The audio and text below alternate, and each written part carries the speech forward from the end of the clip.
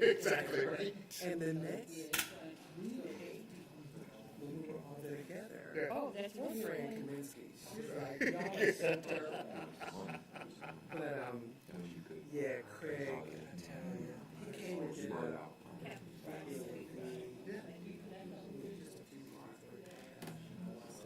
he did so many he did. He did. So he called.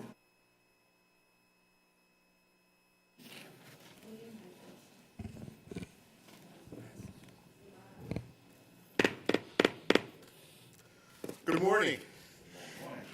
Welcome to the informal meeting of the Savannah-Chatham County Board of Public Education, being held on Wednesday, February 1st, 2023. We remind all that, as a courtesy, this meeting is being streamed live and can be viewed by visiting www.sccpss.com. I will now ask Mrs. Olivia Hale-Miller, our board secretary, if this meeting has been advertised in accordance with the requirements of the law, and she assures me it has. Today, at our informal meeting, we have a general review of the agenda. So today we will be covering, under financial responsibility, facility condition assessment, under Goal 3, recruitment, selection, retention, and talent development. Under Goal 4, fiscal responsibility and resource stewardship. That's what we'll be discussing. There's no voting or motions going on during the informal meeting. This is an informational meeting only. So at this time, okay, yes. Good morning, Mr. Moss, board members, Dr. Levette, our superintendent. Thank you for the opportunity to be able to come before you this morning to discuss our draft copy of our facilities condition assessment, which is our long-range facilities. Mrs. Taylor, Yes, if one thing I would ask the board today, I know that this is a long presentation. I would ask that we save our questions until after the presentation. Please. What we'll have this morning is an opportunity to bring before you the results of our facilities condition assessment. We're required by board policy to have a long-range plan associated with all of our facilities, as well as our facilities condition assessment plan that the state has required, and we have that approved every 5 years. So it's important that we take a look at our buildings, the condition of our buildings, and how our buildings support the instructional and academic process. We have to have healthy students. We have to have healthy buildings. Buildings have to be conducive to learning. East Splash is one of our only buckets. That's not the only bucket for funding. Oftentimes we'll hear folks say, well, you have East Splash 4, you have $420 million allocated. Those dollars are for capital 2 requirements. So it's important to understand that once the referendum is approved, adopted, those dollars are then allocated to those particular projects that we have voted, you all have voted on, and that the citizens voted on. There are other needs within the district, i.e., schools that were built back in East Splash 1. East Splash is a 5-year program. Some of those systems are now failing. Some of those systems need to be upgraded. Some of those systems need work. We can't replace all of the schools out of a one East Splash referendum. It's important that we tell you what the condition of the buildings are. None of the buildings are such that we think that we need to move students out of them immediately. Anything that's a life safety issue, we repair those buildings. But we want to bring to you this morning the results of every school in the district. There's an assessment that's been completed. There's an interior, there's an exterior review of all of those buildings. Our consultants will provide you with the data. They'll provide you with the methodology used to present the information and the data. This is information. We'll then come back to you as a board and continue our work. How we prioritize the needs, we'll be taking a look at the deferred maintenance, what the deferred maintenance budget is, and how we plan that over the next 5-10 years that we must pay close attention to. We still have buildings that are operating with their original systems. You'll hear staff talk about run to fail. What's the remaining life cycle and service on those systems? We have to always have a contingency plan relative to those specific buildings. So what we'll hear this morning is the results. You'll hear some terminology, but I want to make sure that I brief you when it says repurpose, close, demolish. Those are recommendations for us to consider. We're not telling you that we're going to grab the kids and we're going to relocate them tomorrow. But we want to tell you where we are and develop a strategic plan. We'll have a cycle of closures. Just as we closed Thunderbolt, we've closed Port Wentworth. So there is a cycle that you'll see us develop that we'll bring back before you. We will give you all of the data, and then we will vote. You will vote, and then you will direct us as a part of our plan as to how we'll move forward with a facilities plan. It is a long-range plan. So we want to make sure that you understand the language that we'll be using. This is for discussion this morning. We'll be presenting the facts and the data again to you. And you should have received your copies of the actual presentation as well as a copy of the actual long-range facilities plan. We do have that data available as well for you in the event. And each school has a specific report related to their assessment. Every school, after their work, now has an assessment that we can follow, we can take a look at. We can look at the age, we look at the condition of the building. This is one of our newer buildings, but regardless of the age of the building, each school, each facility has a specific report dedicated to that building. In this report also, you'll see some information on 208 Bull Street. That's a facility that we certainly need to take into consideration when we move forward with that. You'll also see in the overall report some studies and information relative to school nutrition. We operate most efficiently without a central kitchen. You'll be able to find in that report some recommendations and some samples as well as relative to 208 Bull Street. Our partners were able to provide us with some data and information on some other school districts around the country as to how they were able to go in and develop a plan for a new administrative building. So this is an all-encompassing report. I'm going to ask Mr. Bozeman to come and introduce a little bit and introduce our consultants. We do have Bill Huddiger with us this morning, as well as Mr. Sonny Bartra. Elizabeth Epstein is not with us today. So we look forward to the presentation. We look forward to your questions so we can continue our work as it relates to making sure that we have healthy buildings for our academics and our students.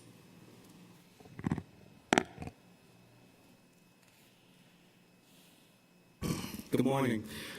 We started this journey probably about a year ago when we came to the board and said we need to have a long-range plan, and it is required for us to do so.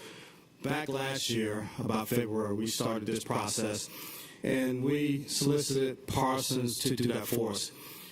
What you're going to see different about this particular process, one of the things that we wanted to do is determine, the academic success when we put our students in an environment, in a building. What does that effect of that environment have on our kids? Because that's the other piece that we need to assess as well. And so they have MGT with them to provide us that data too. So you're going to see two parts to this. You're going to see the facility parts, but we also assess the academic piece of that. What does a particular school, if it has HVAC that's not working, electrical not working, things of that nature. We want to know kind of, hey, how is that affecting our kids? So you're going to see that data as well. Again, this is a tool, and it's a tool for us to do planning. So it's a 5-year plan that we are putting together, and we're going to bring back to you based upon this assessment recommendations, and then we're going to plan that out over the next 5 years. So at this time, I'd like Sam or Parsons to come up, and they'll go through the total presentation, and then at the end, we'll open up for any questions that you may have. Thank you.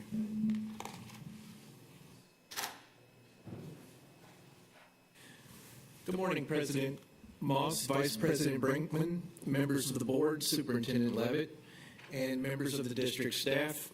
Thank you for inviting us here today to present the findings and recommendations associated with the long-range facilities plan that the district contracted my company, Parsons, to prepare in conjunction with MGT Consulting Group. My name is Sam Mandola. I was the project manager for the project. I specialize in K-12 facility assessment and planning projects nationwide, and have been involved in providing these services to school districts throughout Georgia for 14 years. I'm joined today by Dr. Simi Rayford, also a member of Parsons. She's a former elementary school teacher and school principal. She specializes in district efficiency, management, and performance reviews. She and I have been involved in the project since day one, working with the district administrators, the educators, and your staff.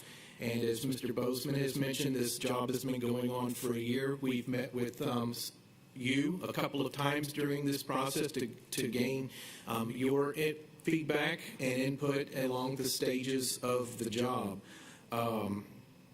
The services and results described in this presentation are responsive to the board policy requiring the creation of a long-range facilities plan that will optimize the usage and efficiencies of the district's facilities. Do we have this slide presentation up? I apologize, I didn't notice the slide presentation was not up. There we go. But, and you've gone through some. Sorry, that's good. Where we start there? Okay. I'll just keep looking. That's okay. I got it. So I apologize for not having the cover slide up. But today's presentation briefly touches on the purpose of the scope of the project, which is detailed in the draft report that you have. We also present the assessment findings and recommendations, which are also detailed in the report. And we look forward to your thoughts and questions following the presentation. So, this is the project timeline. Mr. Bozeman mentioned that the project started in February last year, about a year ago, right after the board policy was put in place. But I'd like to back up just a little bit. Parsons and MGT conducted a baseline facility assessment for the district in 2015-2016. We followed that up with a Safer Schools security assessment and a desktop update to the facility assessment data in 2018. So with the long-range facilities plan, it kicked off in February with the diagnostic assessment, which was a fact-finding series of interviews with the superintendent and with district administrators. The interviews yielded significant insights into your facility needs and priorities in the district, such as school occupancy and the cost to sustain underutilized schools. It also included things like land availability in areas where schools don't exist, but growth is occurring. So we're seeing population growth in some areas and shifts in other areas. And this became very evident during the diagnostic assessment, amongst other things. Was mentioned food service by Mrs. Kegler. That was addressed as well in the long-range plan. So the diagnostic assessment was used to develop the scope of work and the approach to help the district achieve the long-range facilities plan. And what this resulted in, and we'll talk about, is a number of services that we provided. And this was a comprehensive assessment that we've done. Many school districts, many of our clients asked for simply condition assessments. with a combination of sometimes, services such as educational suitability, but this one was the full gamut, enabling us to look at the facilities from all angles, and that was facility condition, the physical condition of the facilities, the educational adequacy, how the school facilities meet the educational programming requirements, your educational specifications, technology readiness assessments, demographic profiles, enrollment projections, and capacity and utilization studies were all conducted within this past year. You'll see there the timeline when it occurred, and I will just say that the assessments, the in-facility assessments of the schools took place during the school year, and that was on purpose because MGT and the staff that conducted the suitability assessments wanted to meet with the principals, with the teachers, and actually witness the education of the students in progress in the spaces that they used against the standards that the schools were scored against.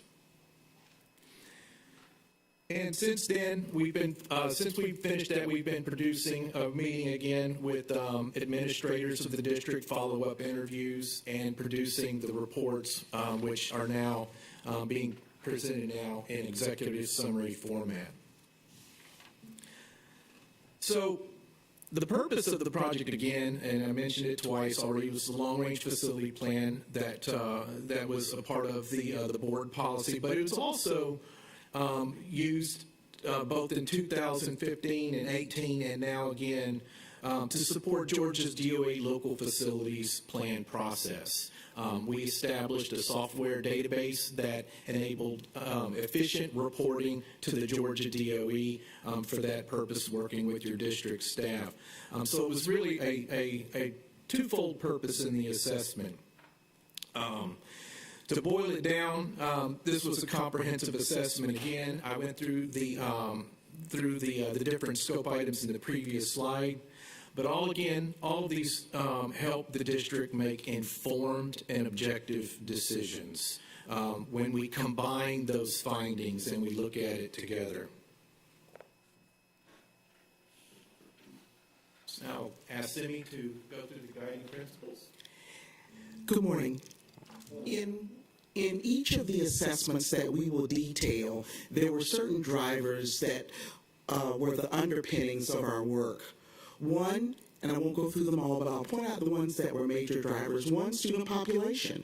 We know that you have fluctuations, you have baby booms, and then you have periods where your student enrollment is not increasing, but on the decrease. And so it's important to know for all of your schools what that looks like for those schools and what that is projected to look like over the next series of years. Optimized program locations.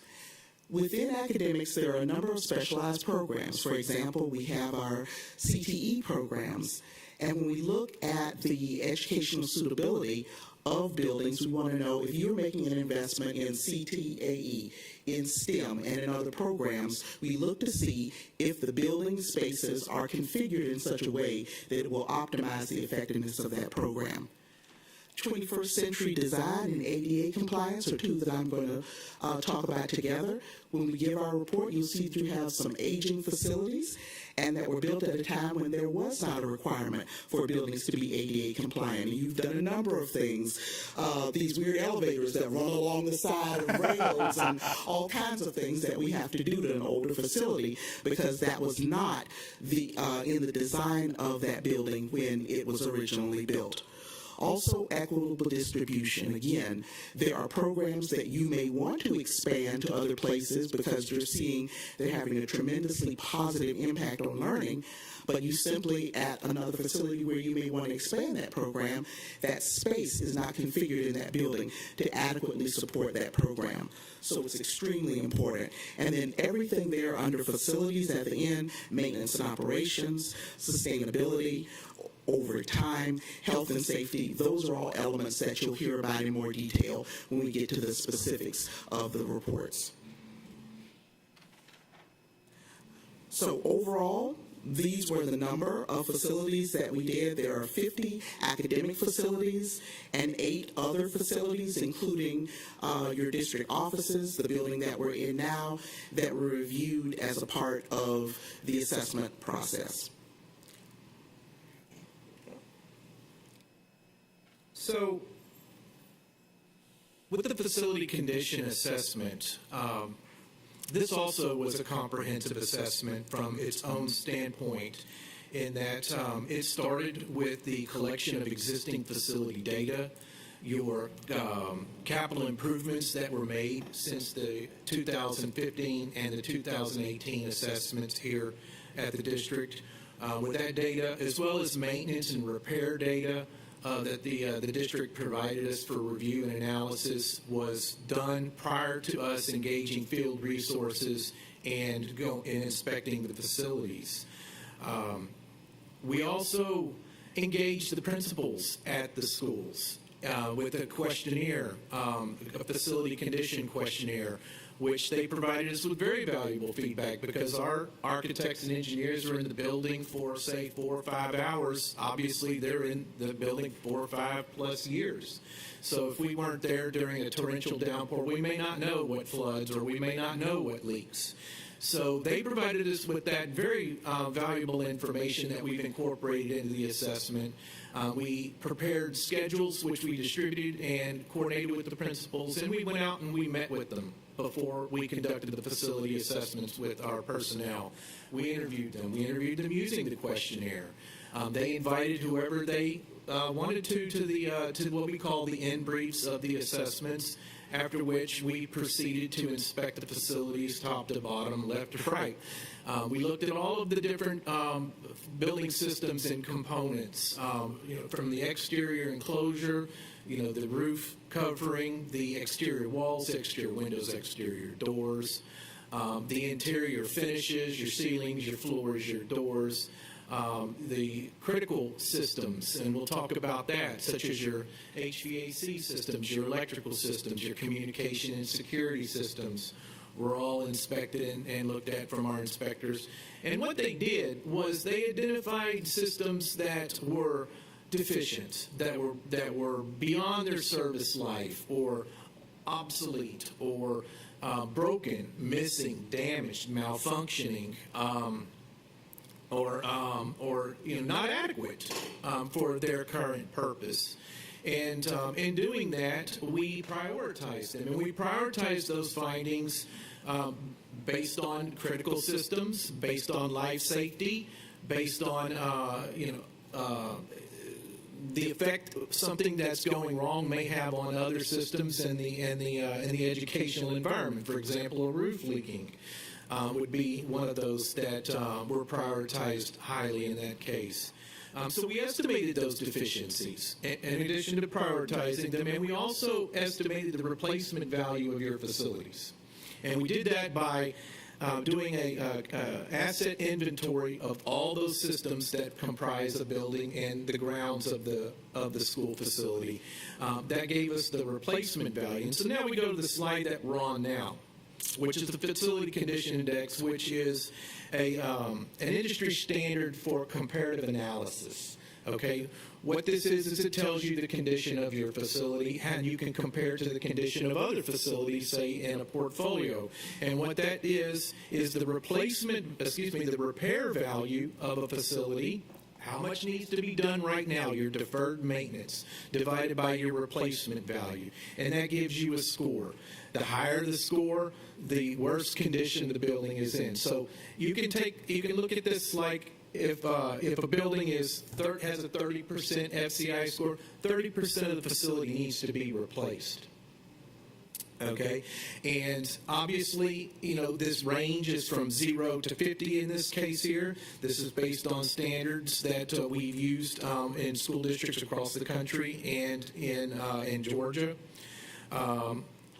You'll see that once the Facility Condition Index score exceeds 50%, we're talking about more than 50% of the building that needs to be replaced. And when it gets to that point, catastrophic failure of some critical system could be imminent. All right, so I just mentioned the critical systems, the HVAC, roof coverings, and so forth. Those things that keep the facility warm, safe, and dry. And the non-critical systems, your painting, your flooring. Believe it or not, a lot of the findings were associated with those interior finishes because they have shorter life cycles, paint, carpet, flooring, and so forth. And these are high traffic areas, and students are pretty rough on things sometimes, such as toilet partitions, and I can go on. So I will turn it over to Simi to discuss the educational adequacy component. And I'll begin by noting we use the term educational adequacy and educational suitability synonymously, so you'll see both of those terms. But in a nutshell, when we're assessing for adequacy, we are looking at each building in terms of a set of educational specifications, which I'll talk about a little more in the next slide, to say these are the standards that we are looking for in this space, and we're assessing them to the extent to which they meet the standard. And there are four large areas that we look at. First is learning environment. And some of the things that Sam just mentioned about the non-critical system, there's a nice overlap there. So when you see our breakdown in more detail later on in the report, and we talk about worn fixtures or worn furnishings, we're talking about things, for example, where we have ceiling tiles that we see are all stained. We see wood surfaces that are chipped. We see paint that is peeling. There may be moisture in the wall that's causing this continual peeling. We also, if we're looking at 21st century design, which is one of our guiding principles, 21st century design says that learning takes place not just in classrooms, but in locations across the campus, including the outdoors. So if you have a campus, for example, there was a school that I visited that had this beautiful play space, but the day that I visited, it was having this terrible rain and everything was underwater. So it's a great space if it's not raining. And so the conditions report talked about grounds and that you had this flooding. And so the school had it, but it didn't have it because of the grounds. So overall learning environment. Size is one of the most heavily weighted areas, and you'll see that again. I want to flag that because when we get into our description of assessments of specific facilities at the end of the report, you're going to see that come up again.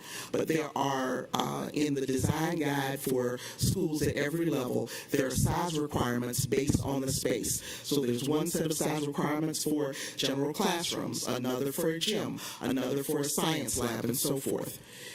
The location looks at adjacencies, which in a nutshell says we should not have a noisy space next to a learning space. So there should not be general classrooms located right outside of the gym or right outside of the band room. And then storage and fixed equipment. Children have stuff, teachers have stuff. There are equipment that goes with programs, and we need a place to store them. So we walk into a band room, and all of the tubas are in the hallway. They do not have enough storage space for that particular program. And so when we're looking at storage and fixed equipment, that ties in, again, the standards will vary based on whether it's a general classroom, a special ed classroom. For example, a self-contained special ed room has very specific storage and equipment needs. So we look to see if a program is present in a school. Is the space that that program is in, does that space accommodate that program in terms of each of these elements? And as you can see, our ratings go from excellent. So when you start to see charts in a minute, you'll see them go from dark green, meaning excellent, to lighter green for good, yellow for fair, goldenrod for poor, and red for unsatisfactory. The guide that I mentioned is a suitability guide, and this is a document that in our pre-work, when we came back in February, we had a series of interviews with various district personnel, and so we had conversations for the schools in your district. What should those size, storage, adjacencies, what do those look like? Some are universal across the board. Every place is going to agree that noisy spaces should not be next to quieter spaces. Typically, we do not evaluate portable classrooms, because we have portable classrooms. That means that you are exceeding the capacity of your school and you had to bring on portables. However, that again becomes a local decision. So there are some districts where we have been in the past where they said, those are permanent structures. We will not see a time anywhere in the near future that we'll be able to build our capacity. So go ahead and look at those portable classrooms. So this is a guide that we go by for each type of learning space in a building. Our assessors go out and they use that document to guide their ratings of those various spaces.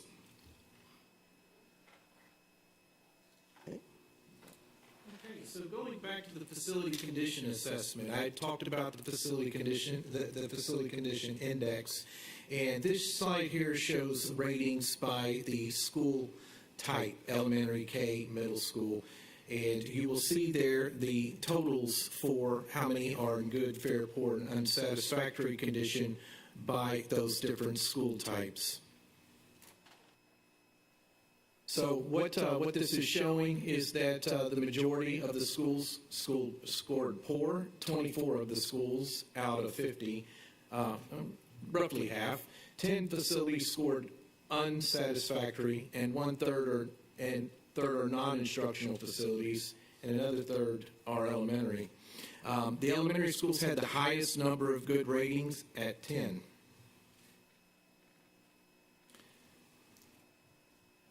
And I'll share the same thing on the educational suitability or educational adequacy. In this instance, the majority of the schools scored good, 28, a little over half of them scored good. Elementary, again, just as in the FCI scores in terms of educational suitability, your elementary school had the highest number. And then for educational suitability, we only had one school that scored very poor and only 3 that scored poor.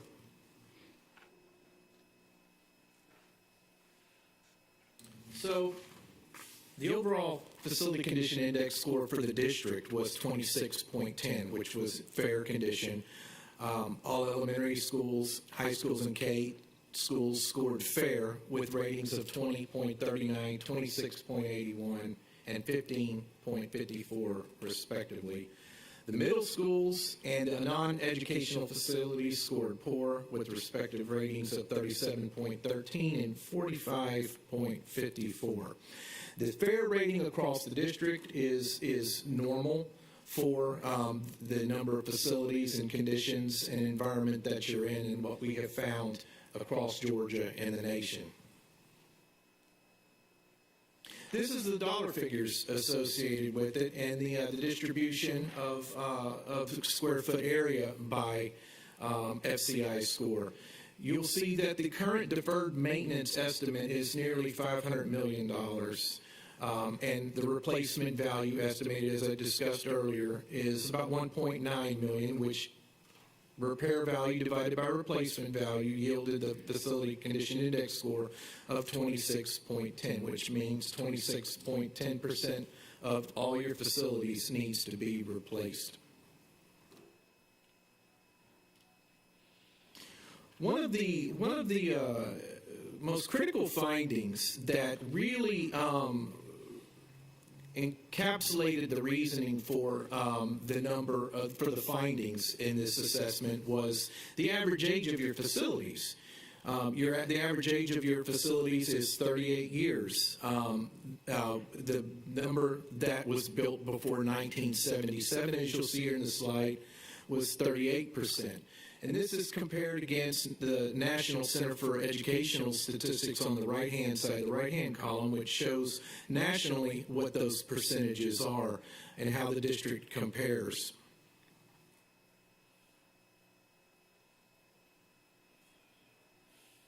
This is the breakdown again by school board district. We showed you the breakdown by facility type.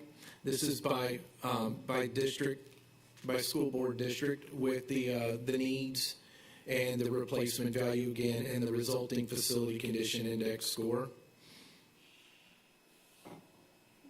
You'll see all of them except District 3 and District 6 are in fair condition with with the District 3 and 6 in poor condition. So I talked earlier about prioritizing the deficiencies. We characterize the deficiencies in a number of ways. Priority is one of them. Category is another. For example, deferred maintenance, ADA, life safety are just a few of the ways we also characterize the deficiencies that enable us to sort the data in the database. But what we're looking at now is the breakdown of the deficiency priorities found, again totaling nearly $500 million, with the majority of them actually evenly split between potentially critical and necessary. And you can see the reasoning behind those. Potentially critical, there's something that needs to be done. If it isn't done, within a year or two, it could lead to rapid deterioration of other systems. A leaking roof, I'll go back to that example, and what that does to interior finishes, for example. As was mentioned by Mrs. Kagler, the school district does a very good job of addressing immediate needs, life safety needs, and there were very few of those identified, as well as the codes and standards compliance. A lot of those were grandfathered in, school buildings that, were built before ADA, for example, and other legislation that would require it to be upgraded when a major renovation is to take place, for example. So we talked about the current needs. What we haven't talked about yet is the future needs. And one critical component of the assessment is capital renewal forecasting. And one of the things our assessors do while they're in the facilities is not only identify your current needs, but they determine the remaining service life of the other systems. Using professional judgment, using industry standards for life cycles of the different systems that you have installed in your buildings. And that helps us project over a period of time. In this case, it's 10 years. But really what this slide presentation shows is what would happen if no money were invested in your facilities over a 10-year period. The capital renewal column is based on what is coming up, what would be expiring in their respective years, and obviously no funding is shown, and how the FCI score of the district is impacted by that, where it goes from 26.10 to 58.39 over a 10-year period.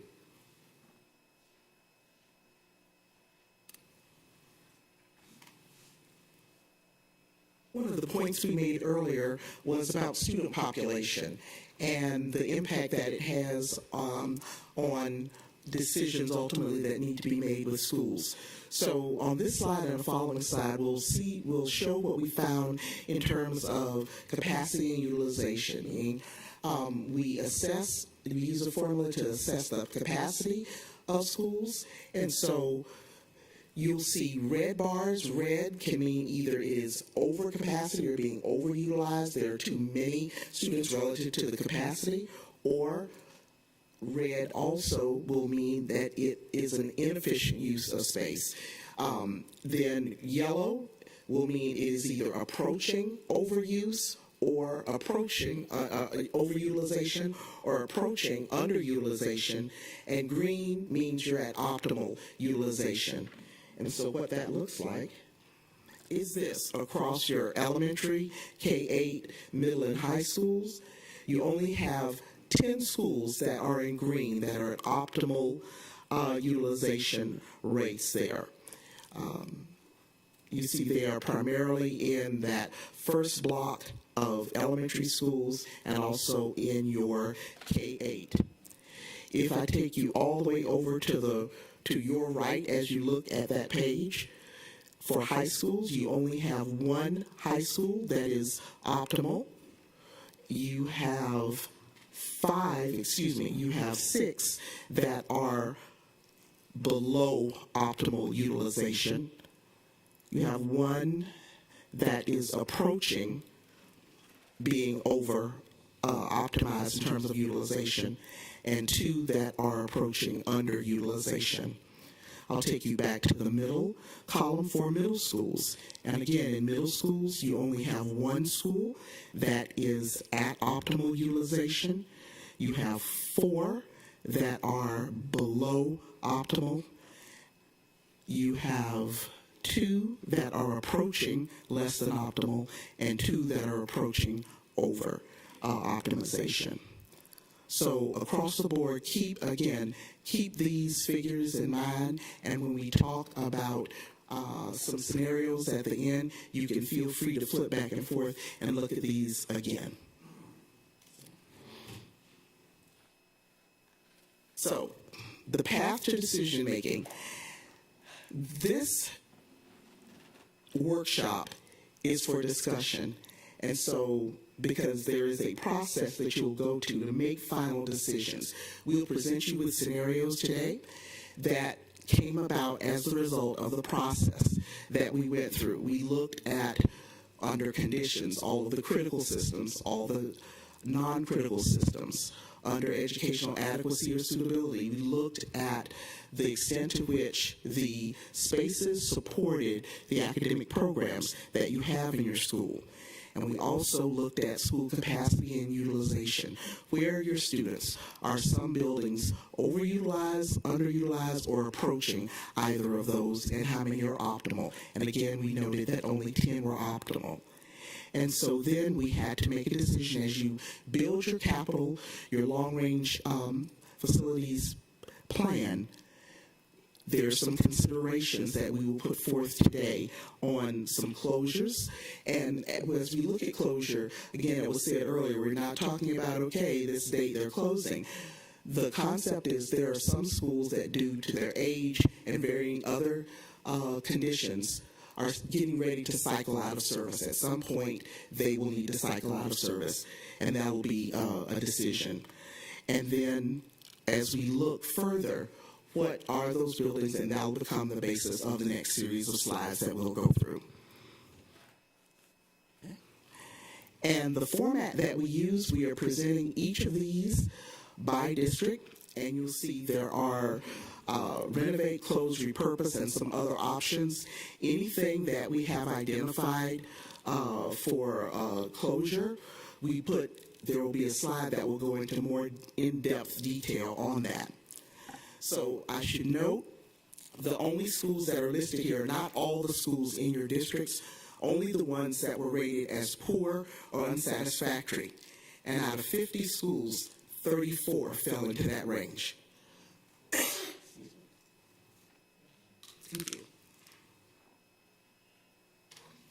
So let's take a deeper dive with the one school that is flagged here, which is Charles Ellis.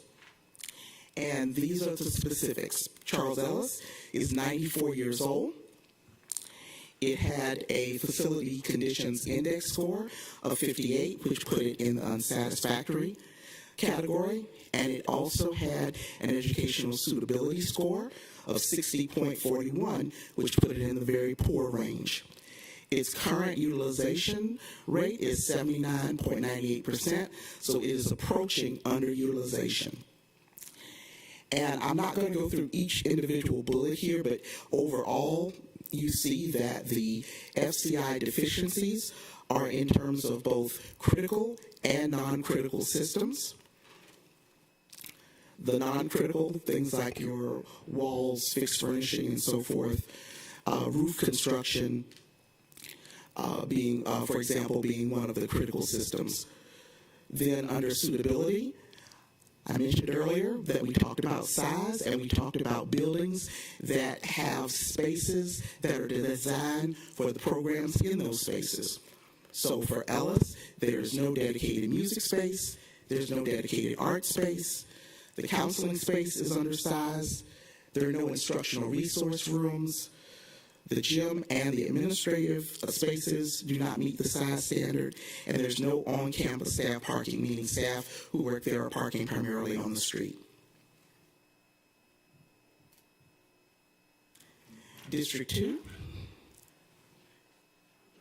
Those are the overall for the district, and we'll talk in more detail about Schumann Elementary. So for Schumann, this year we'll be celebrating 60 years.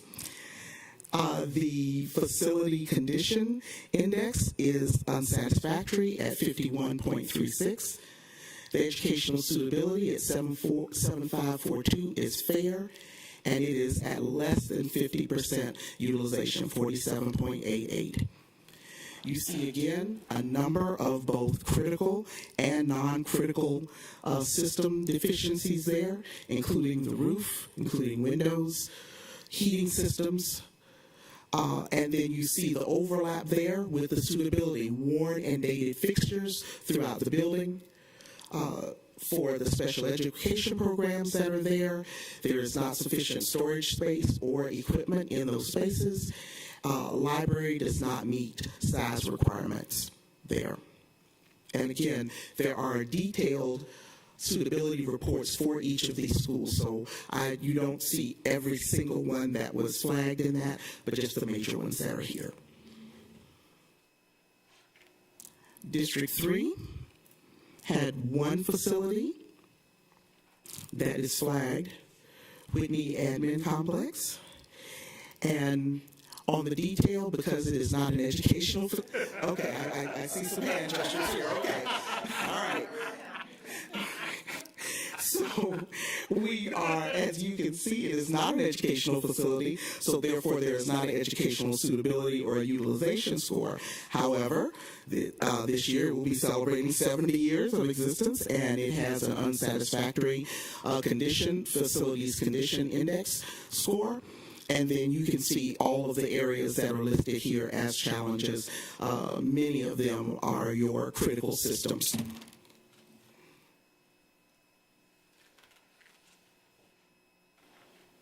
District 4, those are just your two schools that had poor FCI ratings. And District 5, there are 3 schools that we're going to go into more detail. Okay. The first is Largo, Tibet. We have 53 years old and unsatisfactory condition score, a fair educational suitability score, ideal utilization score. So the deficiencies, again, you'll see again the major systems failures or impending failures of critical systems and non-critical systems. Here, in terms of educational suitabilities, the learning spaces, both in the general classrooms throughout the building and the spaces for special education, do not meet current size standards. Neither does the performing arts space or the media center. And then again, fixtures throughout the building, as is reflected in the condition, fixtures are worn and old, which negatively affects the environmental scores under educational suitability. Monroe Swing School, which is currently housing Mercer, as Mercer prepares for another facility. Monroe Swing, 38 years old. Facilities condition index score of 62.8 as a poor score. Educational suitability is also poor, and its utilization is ideal. Again, it is currently housing Mercer Middle. Again, on the FCI deficiencies, you see critical systems and non-critical systems for suitability. Fixtures worn and dated throughout the building. Media center does not meet the size requirement. Also, you have multiple other types of spaces that are undersized, including your administrative areas, the counseling areas, your clinic, the cafeteria, the kitchen. There are no designated technology rooms. There is no paved parking for staff, and the current play area is in poor condition and also lacks the equipment for the standards for a school. Your district maintenance facility is 58 years old It has an FCI of 65, which rates it as poor. Again, because it is not an academic space, we do not have an educational suitability or utilization. So you see all of the critical and non-critical, and a lot of critical systems you'll note on this one. Majority of them are critical systems.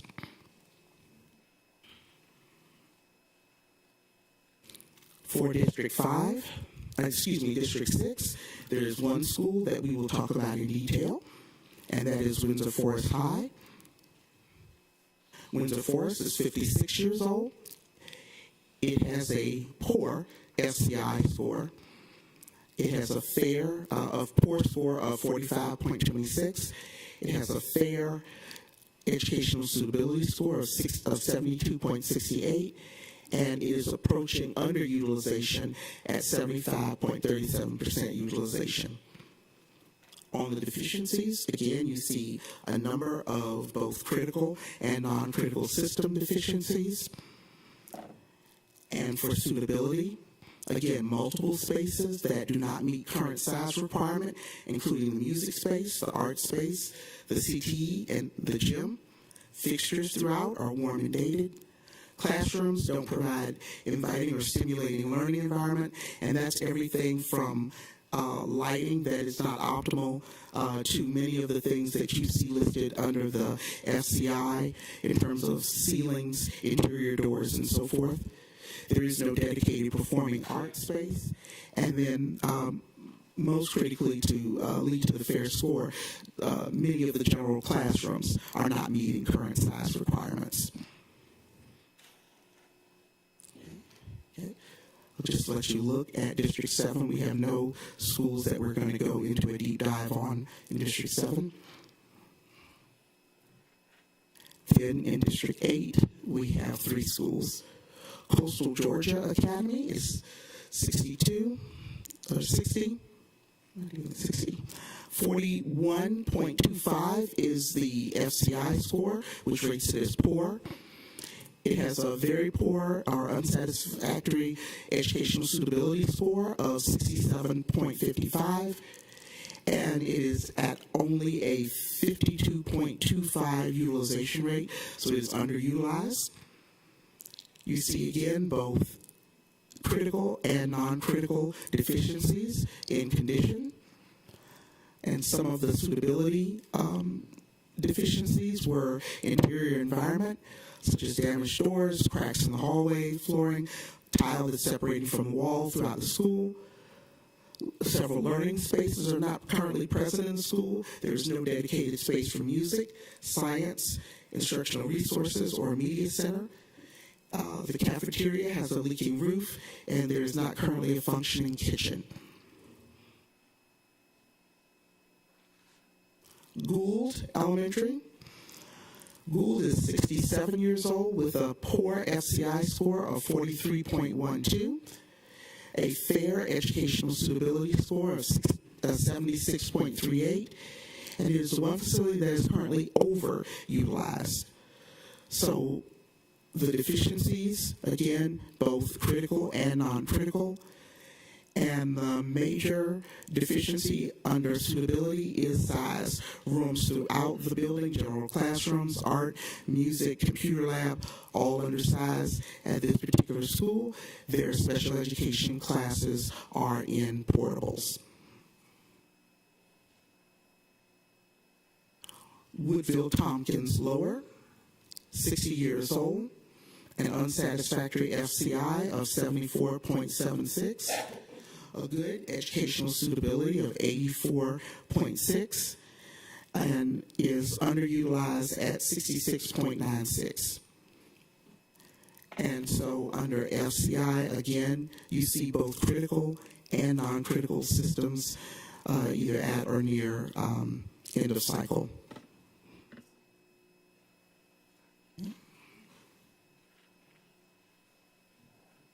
That concludes our presentation of findings and recommendations. We'll gladly take questions. So this is what I'd like to do, because this is this is what I like to do, because this goes through every one of the districts. So what I'd like to do is just go district by district. So we'll start with District 1. The advantage of being District 1, I guess, or disadvantage, depending on how you look at it. Thank you very much for your comprehensive report, and I know we all look forward into diving into more detail. Just a couple logistics. I know that there's the individual school reports, and I assume that those will be provided by the district upon request, or, okay. Where to start? The number of schools that were mentioned, actually 2 of the 10 that are recommended for replacement, and this is really a district-wide question, are currently under construction as new schools. A number of the other schools are also in renovation. For example, in District 1, Savannah Academy is currently undergoing major renovations. How does that account, in looking at this, you're looking at this current snapshot in time, are we looking at how those improvements will, because it kind of artificially obscures kind of where we are once those projects are finished? Will those reports be updated once those projects are complete? I'll take that one. So typically, this report, or this long-range plan, typically a year, basically we are a year late doing this because of when our slots came out. So typically, this plan will be in place before you vote on your SPLOST program. And this program here would kind of tell us what we need to rack and stack. We did that. We did the rack and stack from what we had, the data that we had before. But now we'll go back and we will make some adjustments to some of the rack and stack of the building conditions based upon their numbers and where they fall out. So some of those you'll see come to the top, and then you'll see some of those come to the bottom based upon what we've already done and based upon what we're doing. So we'll go back. This is a 5-year plan, so next year you'll come back and you'll see all of those renovations and everything that has taken place. You'll see those updated. But we don't update those until we actually do the work. And then once we do the work, then we come back and reassess. So we reassess every year. However, this plan looks at the conditions in the state that they did the inspection. So this started a year ago. So we've already gone in and started doing some of the renovations and some of the other things that we had from our SPLOST plan for 3. Now that we have this plan, we will go and update those, and now the priorities will shift. You'll see some priorities is higher, some priorities will be lower, but then we'll do rack and stack. And we'll come back to you next year and say, okay, hey, these were all our priority number 1s, and we've taken care of those. These are our priority number 2s, and then we'll continue to do those as we have SPLOST funding coming in. Thank you for that. It seems to me that there might be an opportunity for us to look at a more dynamic evaluation system, one that's updated in real time, where we can have a dashboard and at any point we can pull information. Because I remember having that conversation, we were talking about eSPLOST, and it seems that in order to make those informed decisions, we need that information there. So I think that's one thing that would be helpful for us to look at. We have a lot of schools in $500 million in deferred maintenance, which is a little bit disconcerting. I guess I'd be curious, how does that compare with other districts that you see that are comparable to ours? That is not an unusual total deferred maintenance number for school districts in Georgia. And Simi and I, MGT, Parsons has been involved in assessing the facilities at Atlanta Public Schools, Fulton County Schools, and DeKalb. Okay. The standards that you were using in evaluation, both the sites and the buildings, are those based on industry standards, Georgia DOE standards, combination of both? Or Conditions? yes. Oh. And also the size, et cetera, are those all based on Georgia DOE standards? Both district and DOE Okay. for the ed suitability side and conditions. Condition assessments based on an ASTM standard Okay. for property condition assessments. There's a long number that goes with it that I don't have memorized. Understandable. Especially in District 1, several of the school buildings are historic, and also we have those things. Massey obviously is a historic building as well. And so I think by evaluating simply the age, it's kind of, in many cases, older buildings are built much better than some of our new buildings are designed and constructed. So I just think it's important to recognize that the historic integrity of we have buildings that are several hundred years old in Savannah that are still standing and doing quite well. So I don't want us to artificially assume that just because a building is old, that means it does no longer have a useful life. For Charles Ellis in particular, as a Montessori school, I know that you looked at the learning environment. Did your evaluation of Charles Ellis consider the way in which a Montessori school functions with the shared classrooms, et cetera? That was one of the factors, and let me look at the detail on it again. And when we looked at the spaces. When we look at the space of a building, we look at how it is currently being used, and also for future use. So we look at both, because a school that is currently configured for Montessori, yes, we'll look to see, okay, for that program and for the specific needs of that program, are elements there for it. But if if that program should be moved elsewhere, we would also look to see if that building can be configured grade-wise. If it's considered elementary or K-8, does it also meet those standards in terms of size and so forth?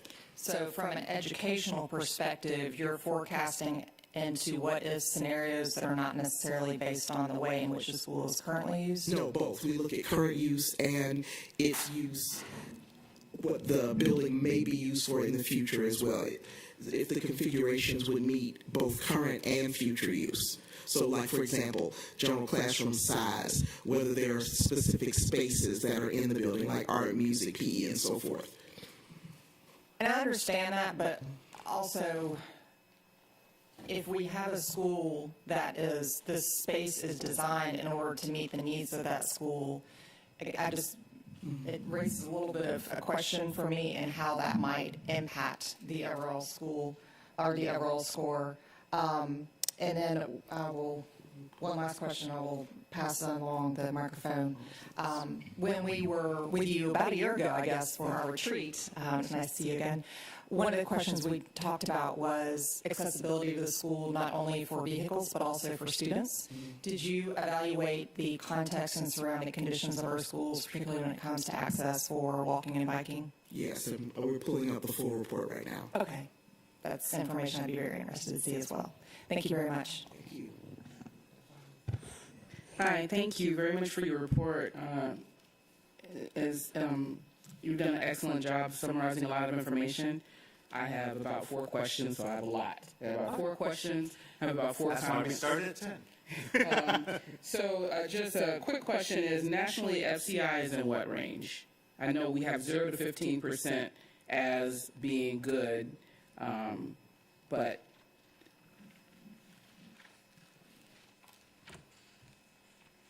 Sorry, ma'am.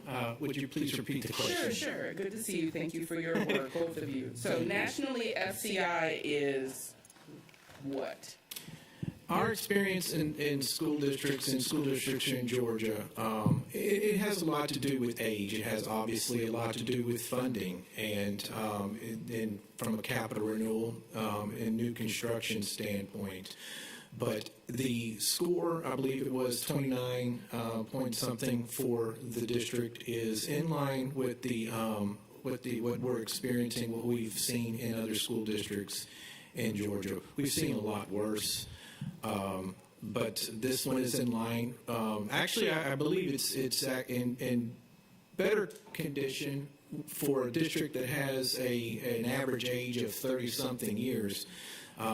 Most major systems, your HVAC systems, your roofing systems, your high-dollar systems start going out between 20 and 30 years. Okay. So I didn't find the number problematic. I just wanted to get that out in conversation for the community to consume, is that a fair condition is, we don't want fair. We want good for everyone, but A fair condition reflects a city that's 290 years old that doesn't build brand new schools every 5 years. Every school can't be new. So when folks are looking at the pattern of the condition of schools that are good, the ones that are good are the ones that we've been building with East Floss. And the ones that are not are the ones that are on track. There are a couple that we've invested. For example, Hubert, we put a cafeteria over there. We've invested. That is a kind of an outlier in that we put in some significant money and it's still not meeting the condition that we would like to have. But just to understand, it doesn't mean that the district has been neglecting all of the schools forever. It is that the ones that are newer meet the standard that we wanted, and the ones that are not, that's the reason that we strongly ask that people support things like East Floss. So I want to thank you for the presentation because, in my opinion, the presentation is the notification of condition, and the report is the decision-making tool. Right. So my questions are really coming from the report. So that was one question. On your condition finding about your needs by deficiency, you talked about ADA compliance, the appearance, building code, that sort of thing, and the majority of the conditions were related to deferred maintenance. So my question about that is just empirically, is it mutually exclusive? Is there anything that's code or ADA that is within deferred maintenance? Yes. Okay, so it does overlap. It does overlap, Right. correct, because you will have systems, say sidewalks, that may be missing curb cuts or ramps and so forth that are incorporated into that system. That could be deferred maintenance that the system needs replacement, but ADA upgrade is included in that. Thank you. Okay, in the report on page 50, you give a condition finding on the capital renewal needs forecast. And I have a couple of comments on this. This shows, the public won't see didn't see this in the presentation, but it shows funding on the y-axis by year starting in 2022, and it goes to 2032. And I think some important time points to integrate reflect the fact that everybody who's at the table now is not necessarily going to be at the table when some of these decisions need to be made. So we had mention of the East Floss cycle, but the next East Floss cycle is important because, as you see, the condition worsening and the amount of money that is needed, I think that we, as decision makers in the community, need to be looking at the increase in costs and the resources that are going to be available. And consequently, I think that we really should be looking at our tax revenues, whether it's historic values, 10-year mean, or projected, something that can be overlain on top of these capital needs for us to have a perspective of this is what we get from East Floss or can possibly get from East Floss or have gotten from East Floss. This is what we normally see in the tax digest, and this is what the capital needs are going to be. And I know they're not going to be perfectly integrated. But I think the discussion within the report needs to reflect, here's what you're going to need, because it is irrefutable that we need better than fair conditions across the majority of the district. So how are we going to pay for it? And I really think, just as a note, is that this page, to me, is probably one of the most important pages in the report for decision making, and this is the sort of thing that needs to go into the orientation packet for new board members, because we have 2 cycles where there's a potential change in decision makers for these data, and I think it needs to be made prominent. So that's my comment about that.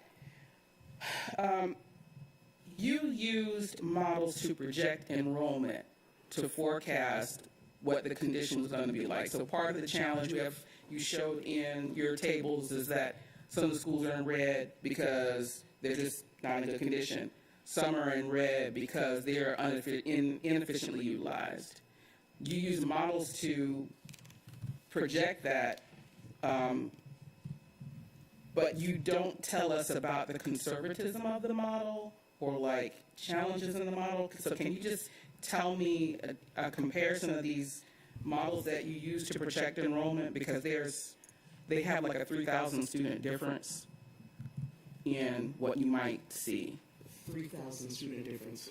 Are you referring to a page in the report? Yeah, I'm on page 61, and you have a 10-year enrollment that for one model in 2032, for the using a linear regression to project enrollment, you have somewhere between 34 and 35,000. But then you have another model, the weighted average, that has close to 31,000. What page again? 61. So can you just tell us about the differences?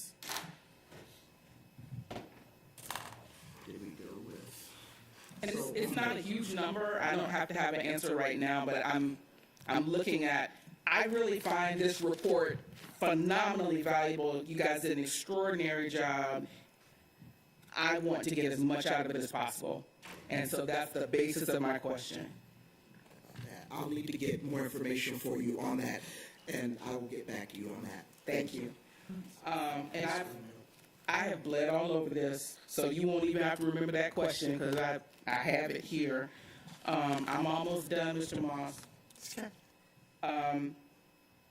Looking at the calculated capacities by school level, I mentioned that you provided a table and you showed this also in the presentation. The table says that we're in the red if we don't have enough space, like if we have too many young people. We're also in the red if we're not using it efficiently. And I think that maybe if we can change those colors, because where you have underutilization, it's really a fundamental difference in the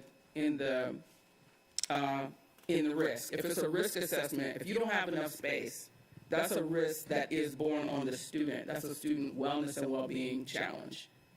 If it's inefficient space, then it's a fiscal well-being for the district challenge. It's an internal facing challenge versus an external facing challenge. And if you're going through looking at this table trying to evaluate where do I make a change, you're not able to do that as easily with the coding system that we have. Now, one of the things with an underutilized school is that when we looked at that from a cost perspective, it is costing the district a great, amount of money to run all those systems for a not optimized school. So we looked at that as well. So we looked at, the electric bill. We looked at the water bill. We looked at all those sustainability things that you just can't turn off or that we don't turn off. And so we wanted to make sure that we captured everything, and maybe it's not in the red according to educational learning, but we also wanted to make sure that we captured if we're optimizing in terms of cost as well. I think that was really important. I thought it was a wise move to put a flag on it and to alert us about it. It's just that I don't think that I think you can flag it without having it be the same, because I think it is important, and I think it is something that we need to make decisions about. Part of what we're seeing with the underutilization is the movement of families south and west from the city proper. That's really what we're seeing in terms of some of the schools that are in the red. They're not in the red because the facility, there's too many kids. They're in the red because we've had this outward migration of people. I just think that we ought to be able to see that more clearly. And then my last comment, so I can pass it to Ms. Hall, is one of the recommendations in your additional considerations is about how we handle the central office, and we talk about that like every year. We're going to keep talking about it. I know we are, and I've had my opinions about it. I think that it's important for us to think about now is that one of the recommendations that you said was suggested, was conducted by the Wallace Foundation, was that a dimension of transforming how we run central office is using learning-focused partnerships with school principals to deepen principles, instruction, leadership practice. Okay, what I hear when I see that is a decentralization of power, which is a fundamental cultural change in our district, which I don't have a problem with, but I just think that needs to reverberate. When you're talking about decentralizing operations and doing that in that way, you're talking about a fundamental different way of management for the district that families may not be accustomed to and that staff may not be accustomed to. So again, I really, really thank you. No, I don't have that question. Don't laugh at me. I really do thank you for this report. It's extraordinarily valuable, and I look forward to using it. May I go back and answer the question about Charles Ellis?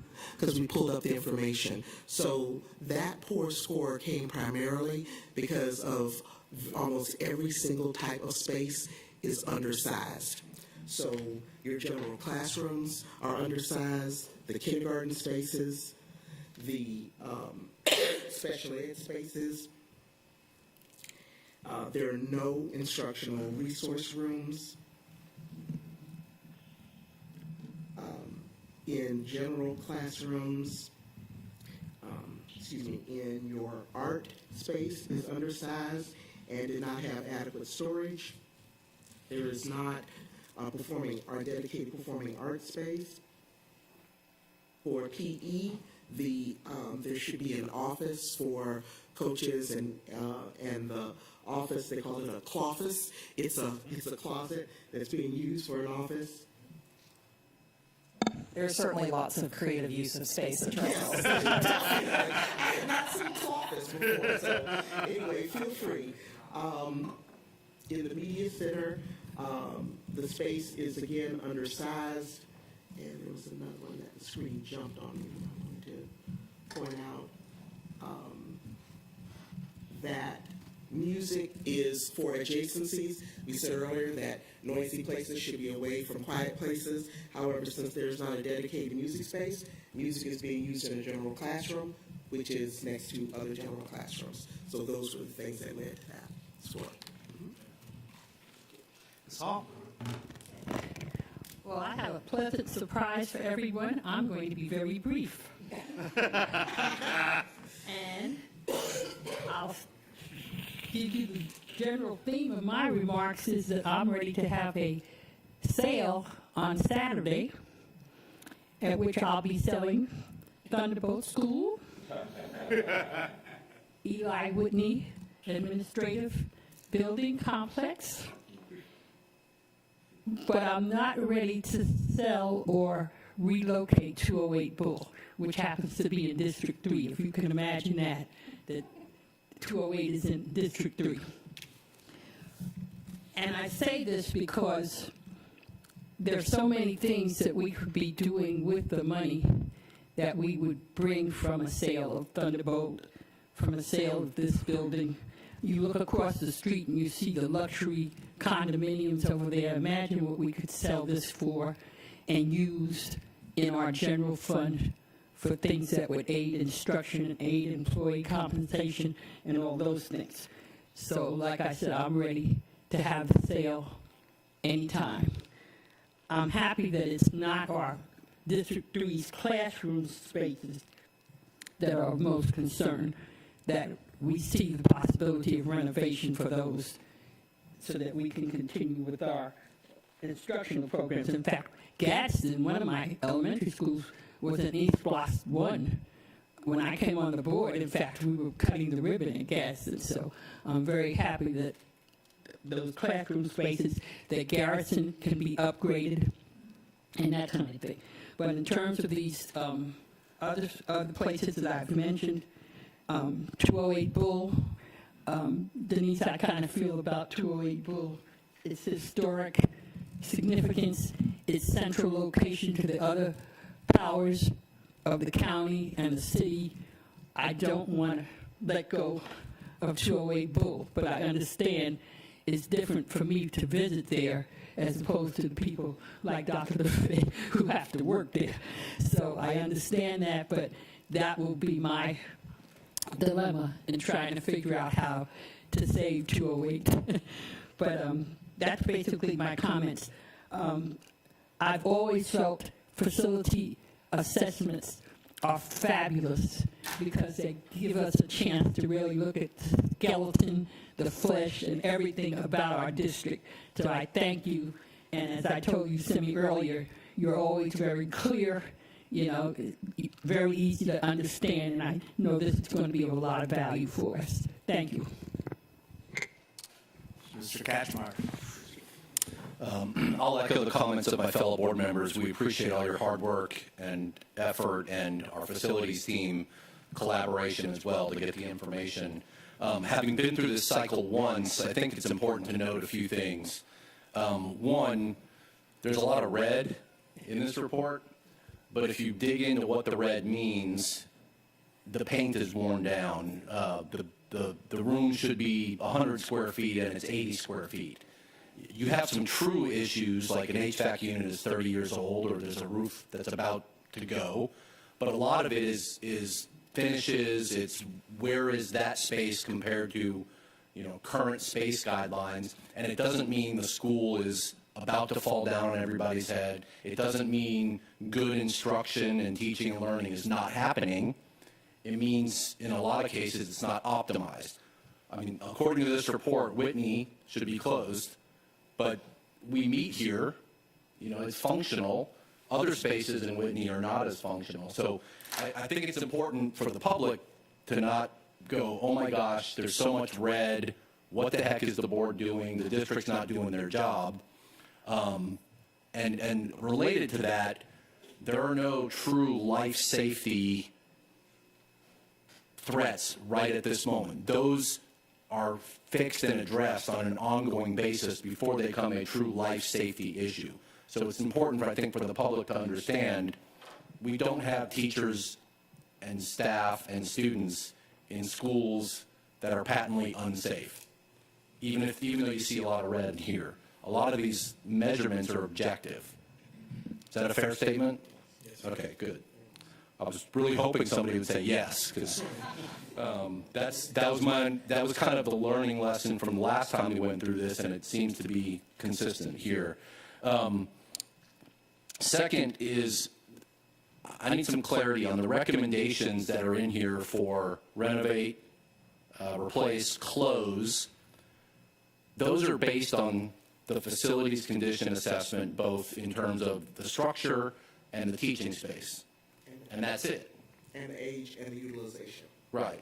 But what's not taken into account is geography, academic programming, the need for these types of programs in this geography versus that geography, the input that we would get from the district, leadership, academic affairs, in terms of where should we have high schools, where should we offer these choice programs, those types of where are we offering these IB programs. Those programming considerations are not taken into account in the close versus renovate recommendations here, correct? Right. Okay, and that's important because this is just a snapshot of the building and what's going on in the building and its suitability for academic purposes. All of the stuff I just mentioned, you know, where are the population trends, where should we have high schools, where should we have choice programs, that's not in here. So the recommendation to close a facility doesn't take into account those types of things that the board needs to think about and district staff has to think about in terms of long-term planning, right? Okay. On the utilization data, I guess I need some clarity because I was under the impression that some of our programs and facilities have waiting lists. But then every school on here where maybe there's a waiting list, there's massive underutilization. So I guess I need some clarity on, like, arts has over 300 open seats apparently. Is that accurate? Woodville, Garrett? I just need some clarity on this data. And if there's where we are on those types of issues. And I don't need it now, but I think when we go through the planning process, we need that information. I'm going to give a shout out to what I say every year. at budget time. We need more maintenance money so we can keep up with ongoing maintenance. We've gotten better about it. I was really excited a few years ago where we upped the maintenance budget, and then there was an economic downturn, and we brought it right back down. And I get it, because you have to balance competing interests. But this is the second time we've gone through this, and I've said this at CIC, and I've said this here. This is a great opportunity for us to consolidate, divest properties, think about where our population trends and programming trends are going. And if we can save money with the sale, and it's not a fire sale, it's a sale at premium value for strategically located properties. But we need to make some of those decisions so we can, one, have more of a maintenance budget, two, replace high-profile, high-cost systems on a more regular basis so that we're not faced even higher full replacement costs down the road. And we can make some of those hard decisions. We can set up the district financially for the long term, but we just need to be able to come together and say we need to make these decisions now based on this, based on what we know our programming needs are. And we need to do that so it lines up, as Dion said, with our next eSPLOST cycle as well, so we can take advantage of that planning. Thank you. Mr. Smith. Yes, I would like to say, just as everyone else has already said, that was a phenomenal report. Thank you sincerely for that report and that assessment of our schools. I would like to ask a couple of questions, one being this: on average, how long should or could a building last, if that question makes sense? That is a good question. In a perfect world. In a perfect world, they're well maintained and can last normally longer than they should. As far as it, I think the last life cycle we have in our modeling for life cycle is like 100 years. 100 years. And that's, the foundations. We're talking about things that aren't going to be replaced ultimately, maybe repaired but not replaced. But your systems vary. And as I mentioned earlier in the presentation, we use different industry standards for life cycle modeling. BOMA, for example, RS means, and others for the different building systems. I mentioned the roofs and the HVAC systems and so forth. And this ranges from, 8-10 years for carpet, up to 30 years, 25, 30 years for HVAC systems. So maintenance plays a very large role in this, and that's why you see a lot of these buildings, in the 30, 25, 30 plus year range where systems are needing to be replaced, and that's what's reflected in our scores. So it really has to do with maintenance of the facility in terms of how long they last, but what is really important about this assessment, and again, I mentioned it was comprehensive. We don't just look at the condition of the carpet and so forth, and this has been talked about ad nauseum, but, are the sizes, large enough for the academic program? Are the adjacencies correct? You can take an older building, and there is value, as the board member mentioned, and that's a very good consideration, in fact. But you can put a lot of money in a building that, doesn't support the current academic program that was built 50, 40 years ago. You can imagine how many times your educational specifications in your academic programming has changed since then. And look at what's happened in the last 20 years alone. So that's really when you start thinking, yeah, the building can stand, and they will stand, but are they really suitable for the academic instruction? Gotcha. So all of that is weighed. I asked that question because I'm looking at the replace list, and it goes from, as you said, 90 years up until maybe 35 years of age. And I was wondering if there's an age limit or if there is necessarily a condition that we're looking at. Also, when we look at Duran Middle School is highlighted in the 5th District as a school that needs to be renovated, I believe. That particular school it was built in 2002. Mm-hmm. So I guess my question on that will be, do you think it's poor maintenance on our side, or do you believe that it was a poor builder in the beginning? No, I believe that with a facility condition index score of 31 and a year built of 2002. I mean, we really are looking at the 20-year mark when major systems start expiring. So this is actually a normal FCI score for a school that large. And as I mentioned before to the district staff, a lot of schools have been built with SPLOST money across the state, and a lot of them were done in the early 2000s. And we're finding this same type of score in those facilities built in that era, 2000, 2005. Yeah, and typically on those schools, you talk about most schools that was done in our East Loss 1 program. And so most of those schools got a 25-year life cycle on most critical components. So we get 2 bites at the apple. 50 years is typically what we see, typically from an engineering standpoint of the life expectancy of a school. Now, you do get more than that, but that has to have a maintenance plan. It has to have all the things that you're changing out filters, you're extending the life of cycles of all of those.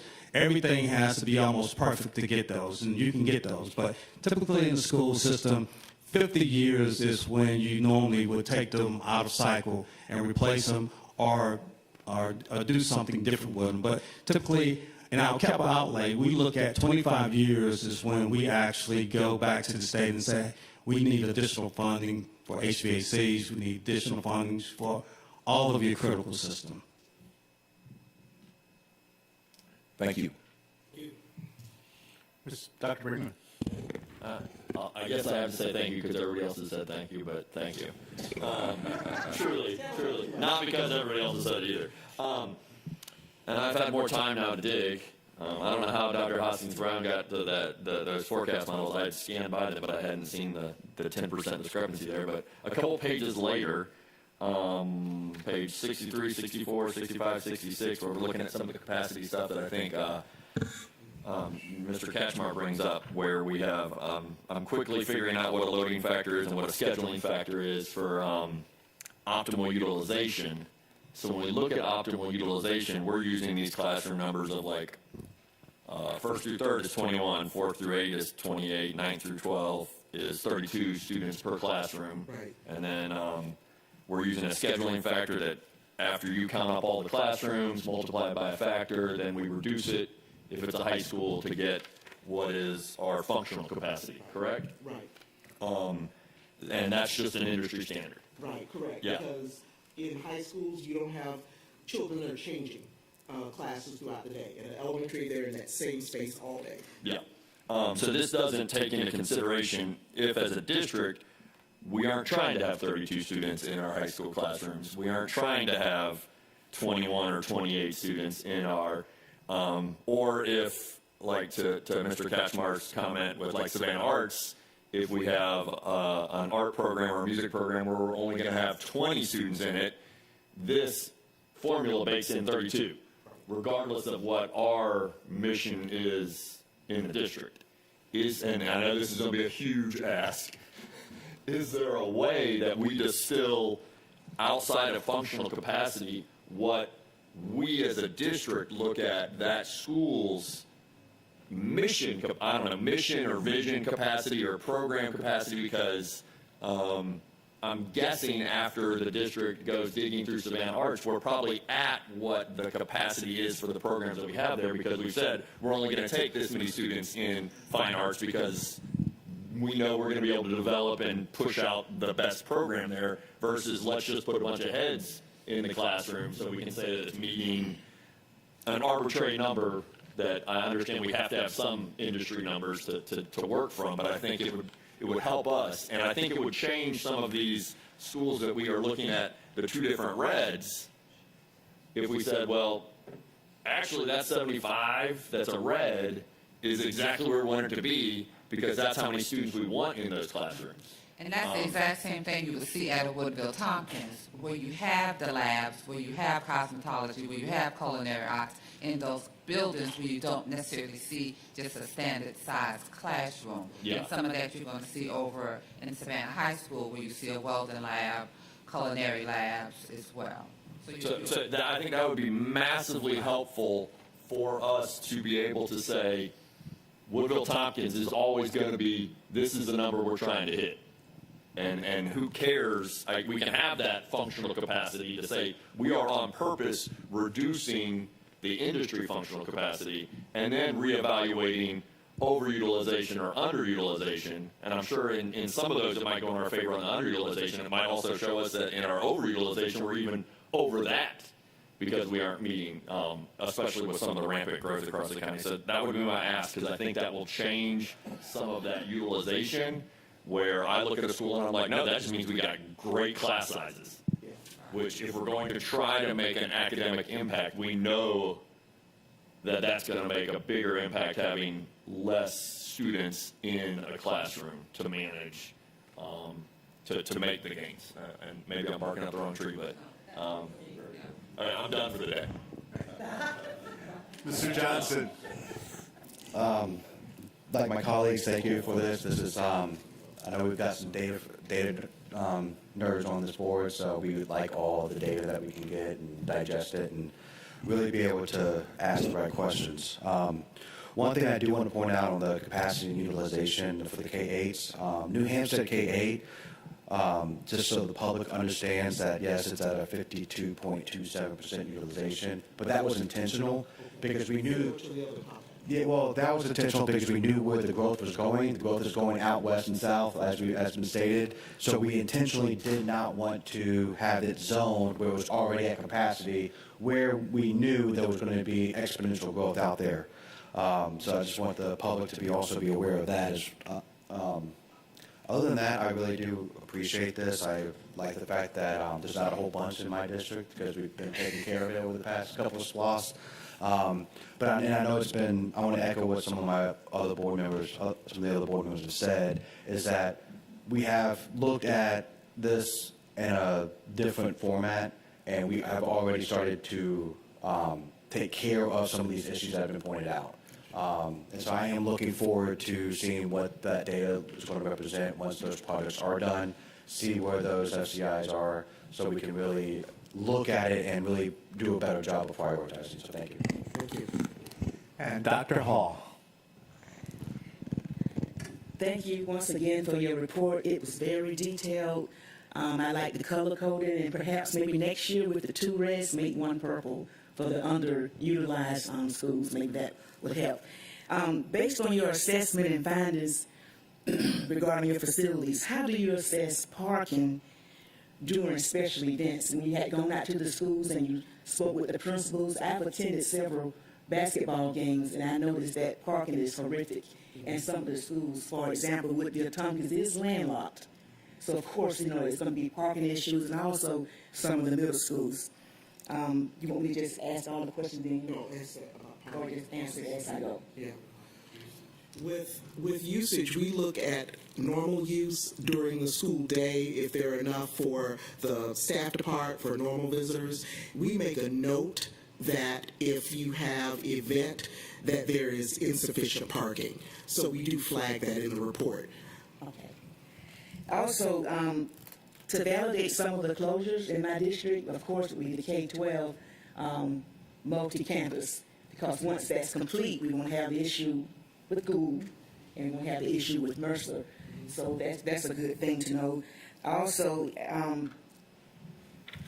I'm dipping in District 3 just a little with the underutilization of space.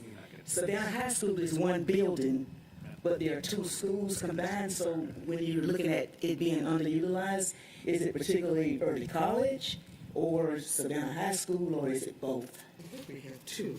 We have Savannah High and Savannah Arts. Are those 2? Or are you talking Early about college. High and early college? You have Savannah Early College, Savannah High, they're under the same roof. All right, but they're that 2 was schools. done together. When I look at the report, it says Savannah High Early College, and that's all listed as 1. So the underutilization, does it reflect both, since it's 2 schools? So what I'm trying to ask is, what school? Is it early college being underutilized, or is it Savannah High? I'll need to go back and see, because in the report, it looks like they did it as an aggregate. I don't see it broken out, but I'll double check. Okay, and also lastly, coastal Georgia. I know one reason why that's underutilized is because the high school students are now housed at H.B.J. Jenkins School. So now there we have the K-8 students housed there. I guess this can be asked at another time regarding those students, since we have new facilities that we are building and working on. Would they actually be placed at another school as those high school students were who are now at Jenkins? Because that building has a lot of issues. It's old and it's been around. And there were a lot of, the FCI score wasn't great. Although it's a small population of students there, the Coastal Georgia Academy.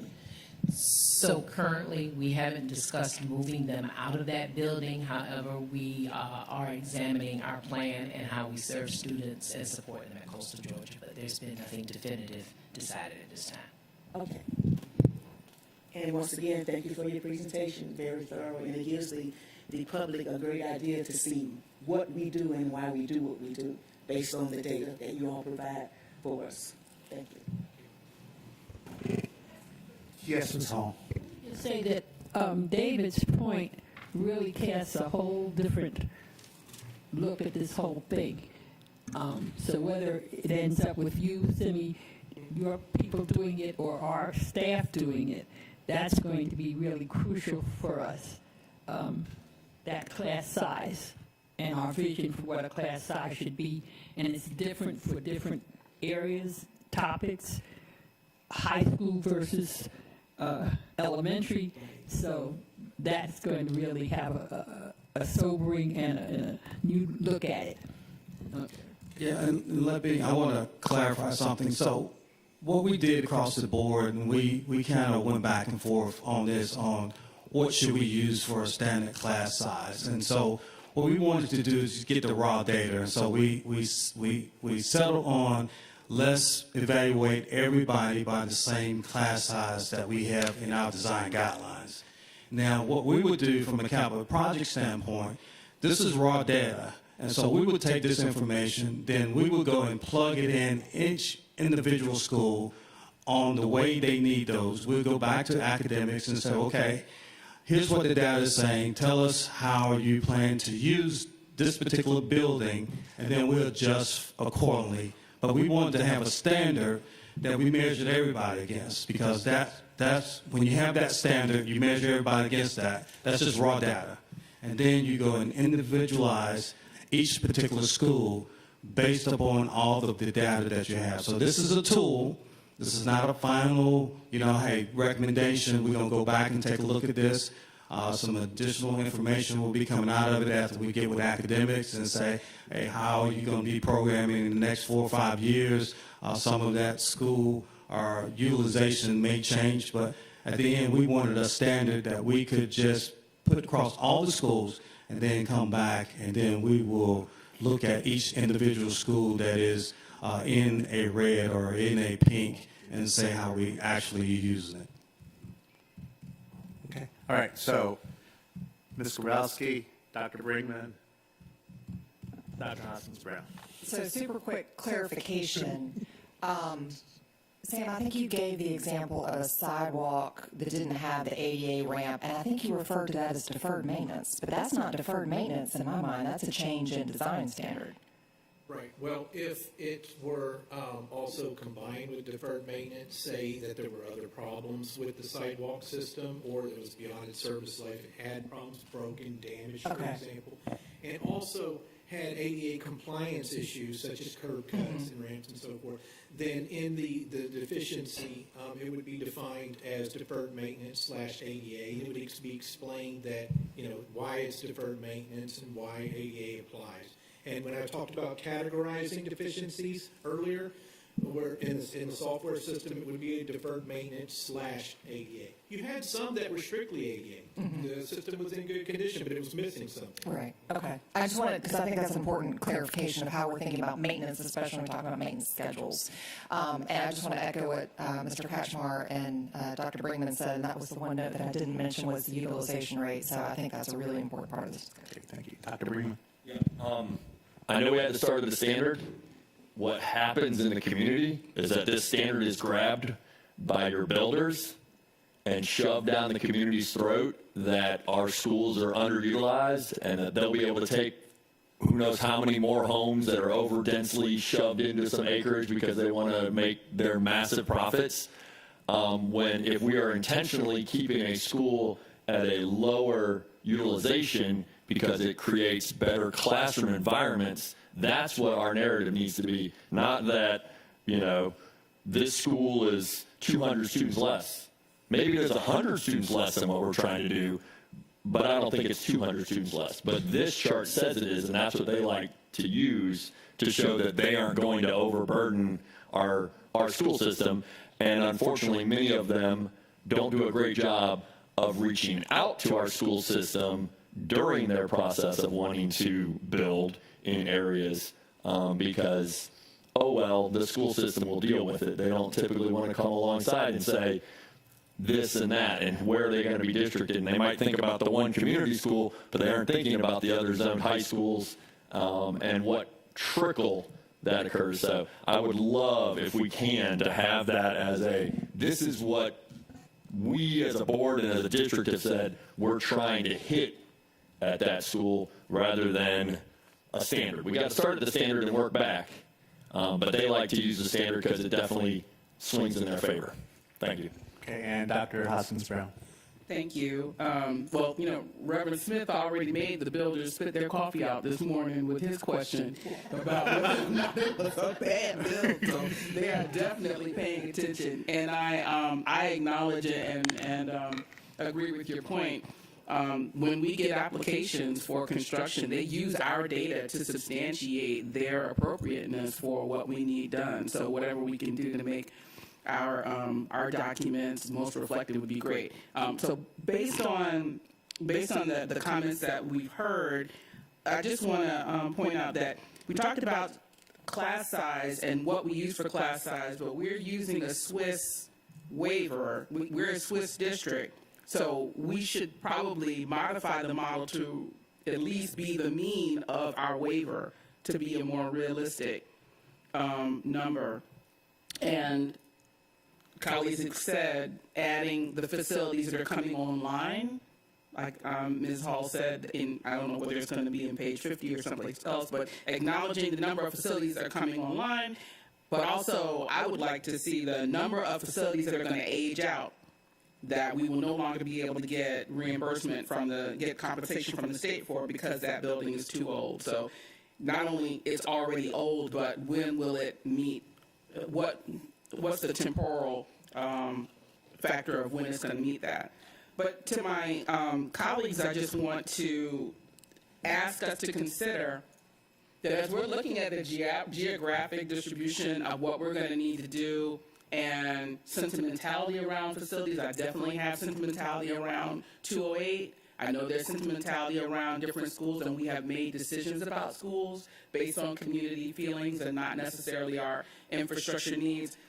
Let us not amplify inequity because we are addressing sentimentality. Let's not create big bills because we are preserving vintage somewhere, because we're sentimental about that vintage somewhere, 208 included. I'm going to point at myself, but there are other buildings. Let's not do that and then create 8 years later of inequity in investment in all this deferred maintenance that we don't do because we had the money, because we felt real sentimental about one particular facility that we already got a study that said wasn't adequate. So I know we'll have a discussion about this at a retreat at some point. We'll have this again. We have to balance something between something like Massey, which has historic value and it also can be a revenue generator, and a school that we all went to, my grandma went to, we feel special about it, we just want to keep it, and we're pouring money in the money pit. Thank you. Thank you, and Ms. Cashmore. 100% agree with what Dr. Hoskins-Brown just said.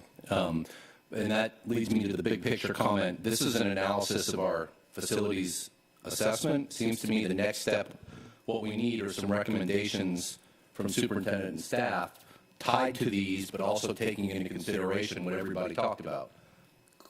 optimum classroom sizes for particular programs. Where do we have our distributions of high school, middle school, elementary schools? Where are our choice programs? Where are the population trends going? And if we do close this school, where are we going to rezone those kids? If we rebuild this school, how big? What students are going to be taken in? So the logical next step is, this is the cold hard data on our physical structure.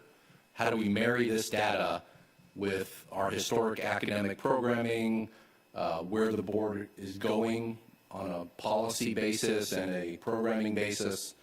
And so we need that component added on top of this with some recommendations, and then we come back as a board and discuss the big picture decisions. So I think that's the next logical step in the process. And Dr. please. Thank you, Mr. Catchmark. Thank you for laying out the process that we have already decided upon. I continue to maintain that my office is bugged. And I think Mr. Catchmark has a direct line to those meetings. That's exactly right. We wanted to spend sufficient time this morning. We know you received this report. There are also other pieces to it that are even more comprehensive. But we wanted you to have an opportunity to take a look at this report and study it and ask the questions that you've asked today, and perhaps some that we've anticipated. We want to make sure that we have a solid foundation in terms of understanding the condition of the facilities. And certainly in our conversations, we've looked at programming, because I may have 2 classrooms, but it is perhaps, for example, art or music will need a much larger footage than a typical classroom. A special education classroom for a speech pathologist will require less space than perhaps a typical classroom. I can speak to speech pathology because that's my area. So we are looking at all of that. Our planning sessions have been very comprehensive, but our intention is to give you this information today, and then take your considerations or your thoughts and add those to our mix, and then bring you over the next several months more information that allows us to make sound decisions based on having all the information that we can available to you. We are very proud that we have engaged in a very intensive and inclusive process. As they started out in the discussion, they advised you of all the people that they talked to, the principals, the school personnel, in terms of what is it like to live in this space, including 208 Bull Street. So we want that information to be available to you so that when it is decision time, we will be able to make decisions that include all those factors that you've mentioned today, and more than a few of those that we've discussed in our own proceedings. So thank you for your attention to those. We'll continue to invite you to, after this session today, if you have other questions that come to mind, if you will provide those to us. They have been available to us so that we can ask them questions as well. We want to make sure that you have all the information that you need, and perhaps there'll be some other revelations after we hear from you that will allow us to make really sound decisions for our future. I appreciate the opportunity. Oh, thank you. I have some comments. However, we are time challenged. I will say I can't thank you enough for that very thorough report. I appreciate that you included an educator in your report. And of course, personally, I like that you're advocating for more space for arts and music. So, we are going to move on. Thank you very much.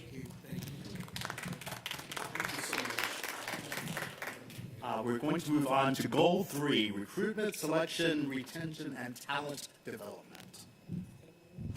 And we have Mr. A. Give me a second to get everything set up.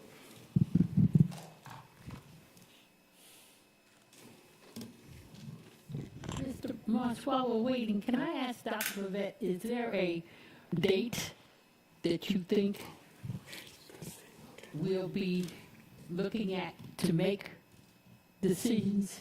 Do we have a timeline or? I'll let you have that. Now, you know, Ms. Hall will always give me that question.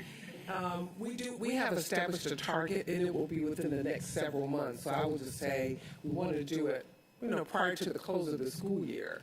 But I also want to make sure that we are sensitive to whatever decisions we make, you're making them with all the information available to you. That's why I'm strongly encouraging that any questions you have, you pass those along so we can do that work while we're also looking at all of those recommendations we might want to make.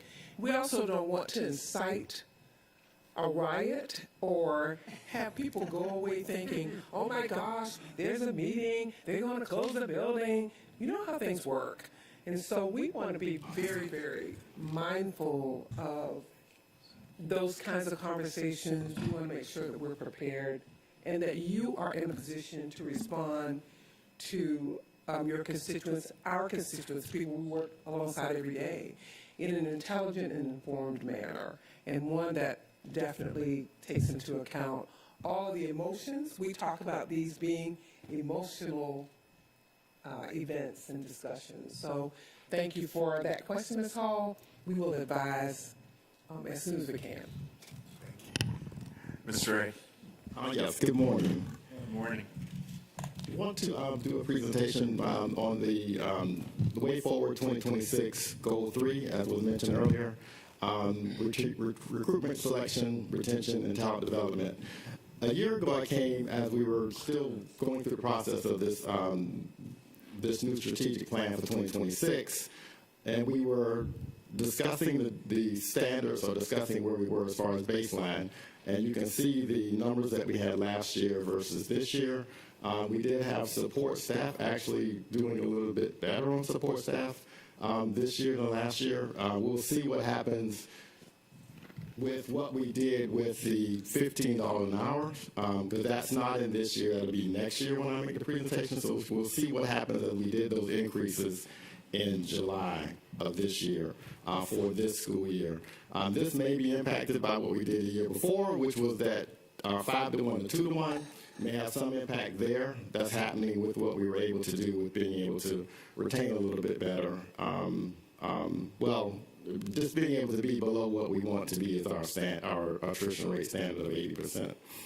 You can see the teacher attrition rate. We did go a little bit lower, but we've had a lot of turnover in teachers nationwide, and locally we've done the same, but we've been able to fill most of those or a large percentage of those. So that's the good side of it. Even though we are having staff and teacher leave, we are able to replace them currently. We do worry about when will that stop, when we have a point when we won't be able to do it. But at this point, we're able to do that pretty successfully. So what we're doing last year to try to get us to the point of fostering a positive climate and culture based on openness, equity, honesty, and transparency, and also, what we're doing as far as growth and maximizing employee pathways and succession planning. And you can see some of what we did last year. So what you see is highlighted, not highlighted, what you see is underlined and in italics is new. So in other words, that's kind of the impact of what we had. So last year, for example, you'll see Wellness Day. This year, we did Wellness Day last year. We're doing it again in a couple of weeks on the 20th. And you'll see that impact that we have on staff. Our new payroll system, that's been a tremendous change for us to be able to go live with that in July. And this week, being able to get our W-2s electronically was just something that we never in the past were able to do. And to think about all employees can get their W-2s immediately by email. Everybody got it at the same time, not trying to look for mail. All of that was just tremendous to be able to do that, along with other aspects of employee self-service, which allow employees to be able to see a lot more information. One of the things that happens this time of year all the time was employees would not, they make a selection to do open enrollment in November. Unless they saved it, don't know necessarily remember exactly what they selected, right? So, but right now, an employee can go in and see exactly what they selected. So that's one of the things that we think is going to change or add to our positive culture and climate as it relates to interacting with different systems within the district. You see, I'm not going to read the list, but you can see some of the other things that we've done. We've done expanded mechanisms to support staff. You see what we're doing with the Professional Senate. One of the things that the Professional Senate is doing is working on the teacher burnout, or I'll say staff burnout. They're working on that. There's actually a task force that will be doing something with that, which actually will align with the Georgia Leads that we're doing with the new evaluation system. Call it an evaluation system because people know what it is, but really we're hoping it's not a punitive, it's not something that's really viewed that way once we get the final result. But that's just so people understand what it is and what it's actually replacing. And you can see some of the other things that we've done. Certainly, we have to highlight this, mentioned last year giving a live address, for superintendent giving a live address, and we have Convocation 5600. To see that, the impact that had on the climate and culture and staff. And so those are some of the things that we've done. And this was something I introduced last year. And then as staff, as a division, as the school system, we worked on many different things to make sure we were getting to that goal. And so we'll start seeing those survey results. We do have some surveys that are done with building others to be able to see those results that we have, that we should have in these areas.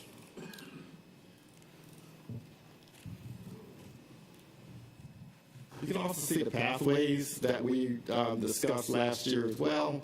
Some of those pathways are already in place. I'll highlight the one that we definitely are proud of. Of course, our GTAP program, we're continuing to expand that. Teacher residence program is being expanded at Savannah State University. We already had it with Georgia Southern. Georgia Southern is expanding as well. And just the main highlight, 50 of our classified employees transitioned to be teachers during this school year, which is very, very exciting to know that that's something that we are able to do and progress to do. And we have continuation of Custodial University and other things that we're still trying to get on the ground running. But again, all of these, I think, will have an impact on where we go in the future. Do we have any questions? Mr. Grabowski. Thank you for that report. One question, which actually pertains to agenda item later. Remind me again the location of our wellness center. So currently, we have a temporary location at Forming, but our wonderful facilities maintenance and operation department is taking care of us, and we'll have a more permanent home. So do we know that more? We do know the permanent home. There was a community center jointly owned, operated by the city of Savannah and the district next to Schumann. It is now the property of the district. So I believe you see on the agenda, on your agenda today, a budget transfer. Okay, Yeah. that was one of the That will be the location. Okay, so Making sure that we meet all of their needs. It has ample parking, lighting, and we'll be able to provide all of the necessary services. Okay, fantastic. Thank you. And then I was glad that you mentioned the work that's being done by the Professional Senate. That was one of my other questions, that this Culture and Climate Advisory Committee. So will they be working in tandem with the teacher burnout work that the student or the Professional Senate will be doing? Well, that was actually a topic that they would do, but what they've taken on right now as the burnout, that's kind of what they're taking on at this moment. But it's also a continuation of working with the ISB and the Teachers of the Year. So I don't necessarily think that they're taking that part on as far as the culture and climate directly. They're doing the teacher burnout, which will have an impact on culture and climate. Sure. Okay. All right. Thank you. Dr. Hoskins-Brown. Thank you. Just want to say thank you for this report. Really, really affirming information. The fact that we're looking at data from 2 years within a pandemic, and the losses are at less than 2% and 4% for school and other staff respectively, says a lot. So I really appreciate the commitment of the staff, and I really appreciate the resilience. For that being the case. The other thing is the movement of 50 employees from classified to certified. I think is really notable. It represents a really important personal commitment by them, but it also represents positive movement forward in our succession planning. We've been talking about growing our own talent and at all different levels, and so I applaud them on that accomplishment and us on being able to facilitate it for them. So thank you. Ms. Hall? I'd like us to kind of engage how we can improve HR personnel access to our employees, whether that be a certified person or a certificated person. How can we make HR more accessible? How can I, as a para, get an appointment, say, with Mr. Jenkins more easily? If I'm a certified person, how might I get to see a Mr. Ray more easily, so that there's a feeling of us really having an open door policy and wanting to help when there are things that perhaps I cannot go directly to my principal or my assistant principal and need more professional guidance on with my particular career path. So that's something I'd like us to think about. And the other thing is about hiring people with instructional expertise without making them go through the Georgia certification journey. They're not interested in that, but they have value. How can we make that process easier where we're protecting our students, but at the same time we're opening up to the vast amount of intellect and experience that people have that could help us without them having to have the burden of certification. Thank you. Okay.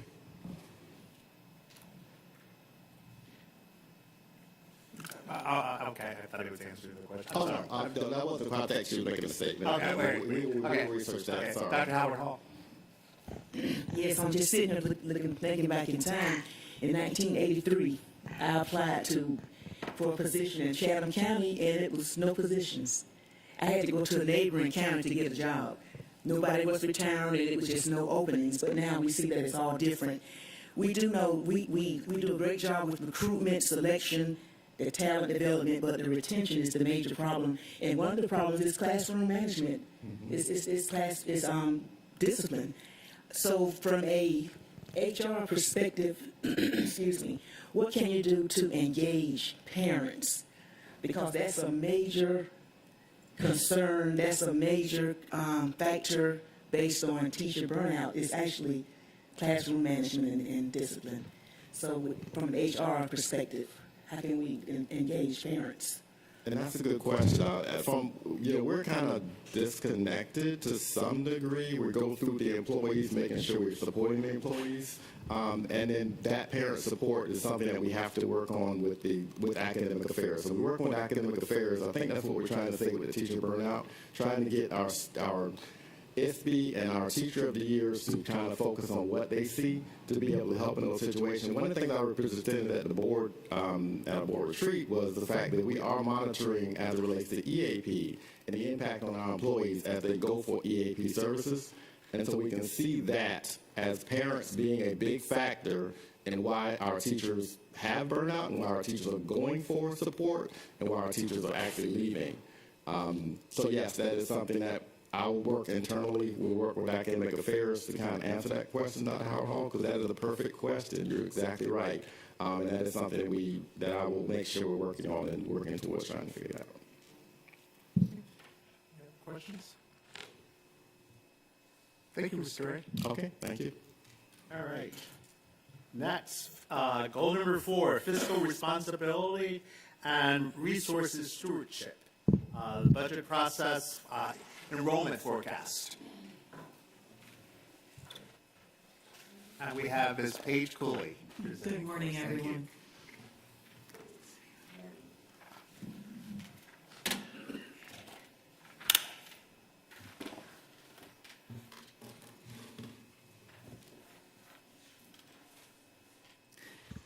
Okay, this morning we're going to go over the fiscal year 2024 budget process update for enrollment. The United States K through 12 public school system is experiencing declining enrollment. In school year 2020, there were approximately 51 million students enrolled in the K through 12 public school system. By school year 2022, approximately 1.4 million students disappeared from the enrollment numbers in public school districts. How much of the decline is related to the short-term impacts of COVID-19 and how much is structural, which will need to be planned over the years to come? I will discuss these issues in the presentation. Where have all the students gone? Well, one place is our birth rate declines account for about 25% of the decline of K through 12 enrollment from school year 2020 to 2022 in the United States. Charter school enrollment has grown during the pandemic because of potentially smaller class sizes and more in-person instruction. Virtual schools have seen significant growth, about 25% growth through the pandemic. Thanks to Dr. Levette and her academic staff at SEC PSS for starting CELA, our virtual school, on short notice. Private schools have also seen an increase in enrollment as a result of COVID-19. Growth in student homeschooling has increased 50 to 60% during COVID-19 due to health and safety reasons.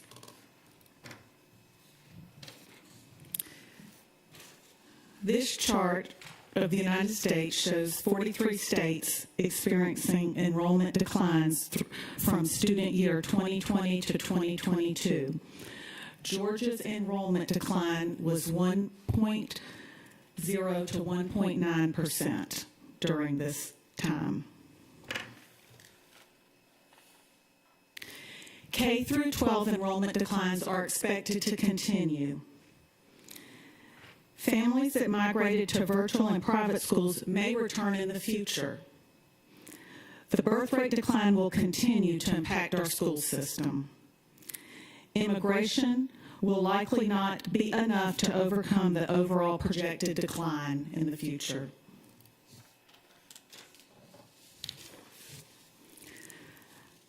Financial implications of enrollment decline have not been felt because of ESSER dollars. ESSER funding expires soon and a potential recession looms. I attended the Savannah Economic Outlook Luncheon on January 18th this year. Economists from the University of Georgia and Georgia Southern stated that Savannah would benefit from tourism and the Georgia ports.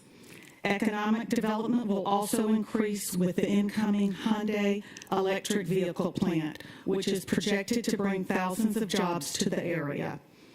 According to the economist at the luncheon, the United States is forecast to undergo a slight nationwide recession. However, the Savannah area will fare well because of the regional projects already in motion, future expansion projects, and billions in new capital investment. So to summarize, where have all the students gone is quite complicated. At least 25% of the students are not coming back due to birth rate declines. Data reporting capabilities will likely become increasingly important as districts look to increase transparency around spending and results.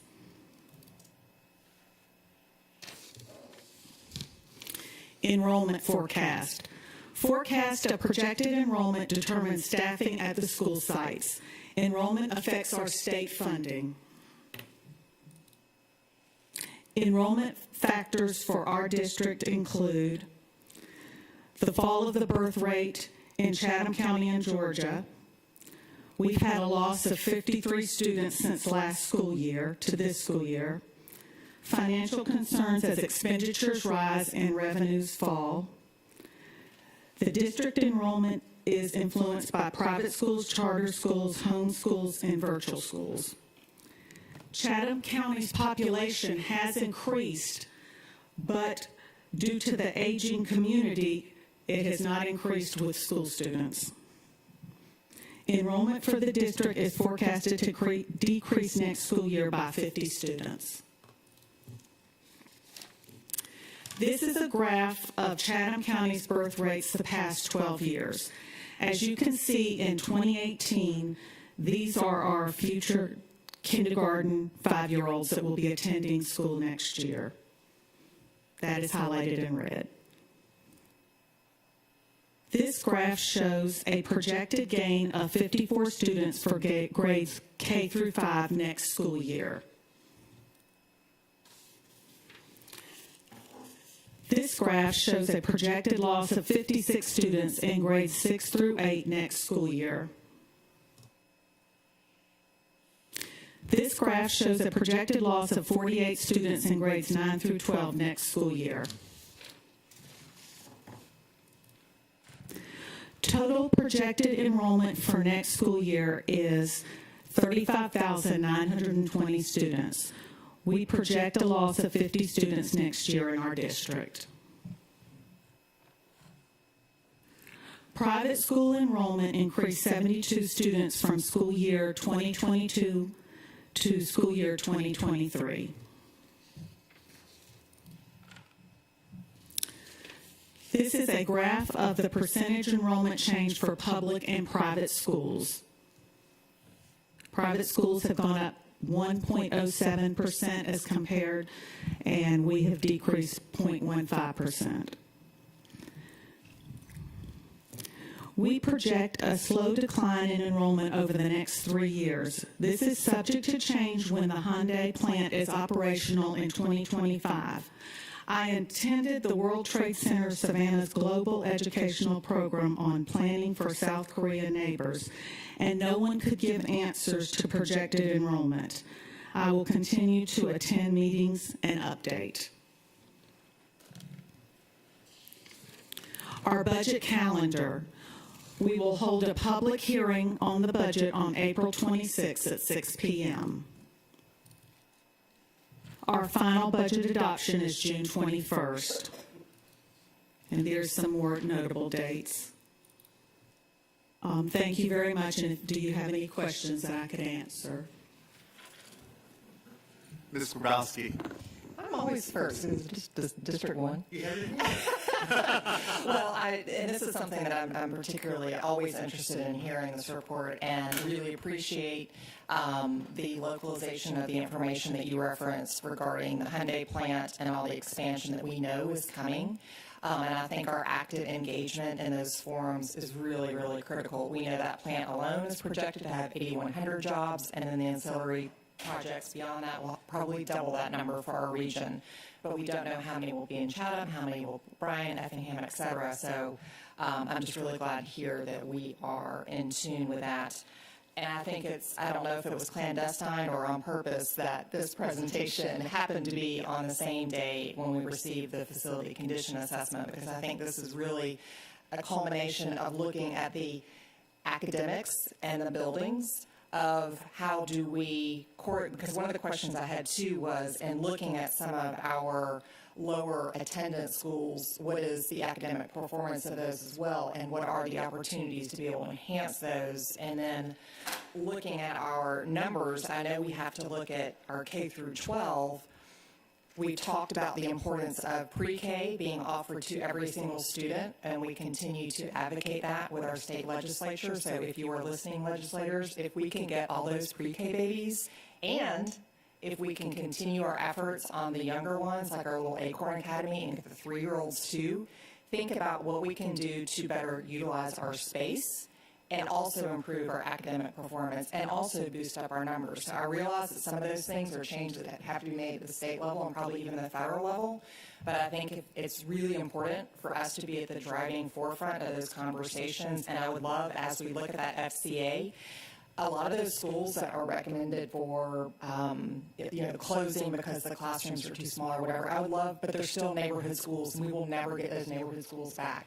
So I would love for us to look at opportunities to be able to transition those to early learning centers for our 3- and 4-year-olds, even if that means, and one of the notes I made, I'd love to ask Dr. Levette, if there are innovative partnerships that we can look at that might even mean working with nonprofit organizations or other community partners to be able to increase those learning opportunities for our youngest scholars starting at age 3. I just think there's lots of opportunities for us to really bring all of that together for the betterment of not only of our students but also our community. So thank you.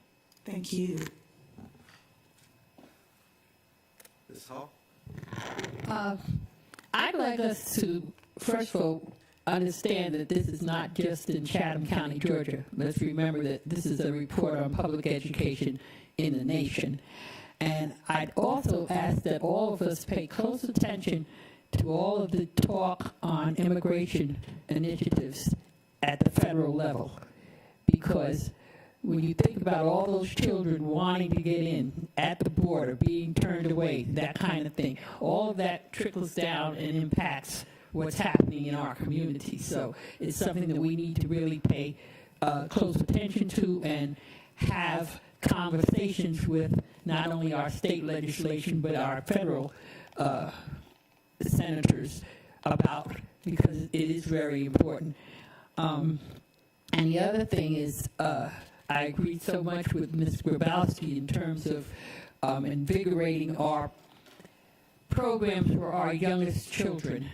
And again, when I speak about selling Whitney, selling Thunderbolt, that revenue could go into our general fund and perhaps help us with those partnerships. We will always need the partnerships, but help us in terms of bringing that into fruition rather than just talk. So there's a connection between our real estate and our instructional program, and I'd like us to really pursue that.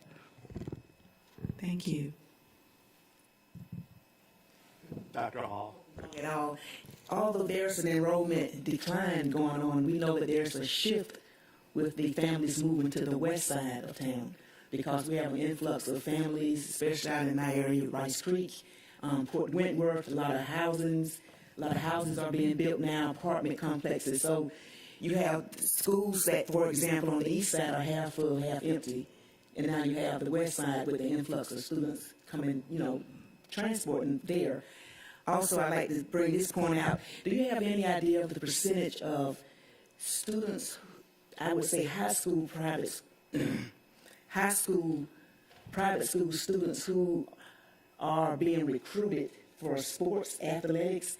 Will that have an impact also on the decrease with our student enrollment in the high school level? Because I do know I'm in the community, and I do know that many times once our students leave our K-8 schools, you have the private schools recruiting athletes to play, sports for their schools. So it'll be interesting to know the percentage of students who are attending those schools due to athletics.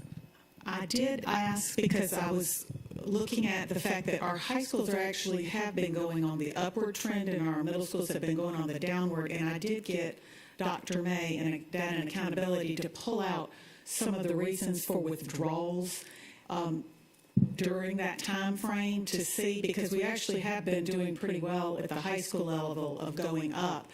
It doesn't say athletics. The majority of what I could see of why students were withdrawing, that we could give reasons that they put down on their withdrawal code, was to move out of state. I think the biggest one is just to go to another school, and then another thing was the third one was homeschooling through those middle schools. So I think that maybe what's happening is maybe some of the students in the middle school are being homeschooled or something. Now, as far as I don't know, I don't believe that moving for athletics is a reason for withdrawal, which, I don't know if that could be added so we would have a better feel of that. It does have it like if you are moving and going somewhere to another school system or another district. That is a withdrawal. You're right. I know exactly what you're talking about. I've grown up here, so there is quite a bit of private schools that do offer scholarships to gifted athletes in order to entice them to come to their school. So, Dr. Howard Hall. Also, we tend to see more of our students return in high school because we offer more diverse athletic programs. So not saying that it is, but it could have some impact on the high school increases because there are a lot of sports that we're able to offer that maybe some of our smaller schools can. And I'd also like to see how many private school students are coming back to our high schools, for instance, for Savannah Arts. I know a lot of private school parents, they have that option, saves them a few $1,000s. But I'd love to see that, those numbers as well. Okay, certainly, sir. And I wanted to also point out something that was also, when I was talking to Dr. May, that was very interesting that I hadn't thought about, that she said that one reason for the high school is as our public schools offer far more AP classes and the dual enrollment with colleges, so you can go to high school and have like a year of college behind you, and that is bringing, I believe, a lot of parents back into the high schools, the public high schools. So that is definitely another reason our high schools are doing well, is because those just are not available in the private schools. They just don't have the means. They have some AP classes, but not to the level of the public school system and the dual enrollment. Dr. Hoskins-Brown. Thank you. I appreciate the report. I just have a question about getting some of this information through our registration process. We're doing a lot of speculating about what we think may be happening. I have observed what Dr. Howard Hall is mentioning in terms of the recruitment of athletes over several years. My question is when they want to register to come into the district, we have them captive for any information that we want to capture. Is there a way for us to ask, like via a radio question in our online form, like, are you coming from, a private, parochial, homeschool, an optional question of, what made you choose this school or this district, something like that. If we can do that without violating anybody's rights, then we can have some data that we won't speculate on this anymore. And the same thing, when they're leaving, they don't have to answer any questions like, I'm just gone, I'm leaving. But when they're coming in, we have their full attention, so that's an opportunity to get some information. That's a great suggestion. Sorry. Mrs. Kachmar? Yeah, so it's funny, you said we lost 53 kids over that particular time period. I know 17 of them who specifically left public school to go to private school because private school was open during COVID and we were not. And it's not right or wrong, it just is. But many of those kids that left, when you talk to the parents, they're like, look, I didn't want to leave. I was happy at school X, but I had to go to work. My kid was suffering at home. I wanted them in an in-person program, but they're happy where they are now. So I'm reluctant to take them out again. And so there's some of that going on. The bigger picture is if we focus on offering high-quality programs with choices for families at the highest levels we can, we're going to maintain. I mean, we've showed that we do that. We maintain our enrollment. We attract students and families.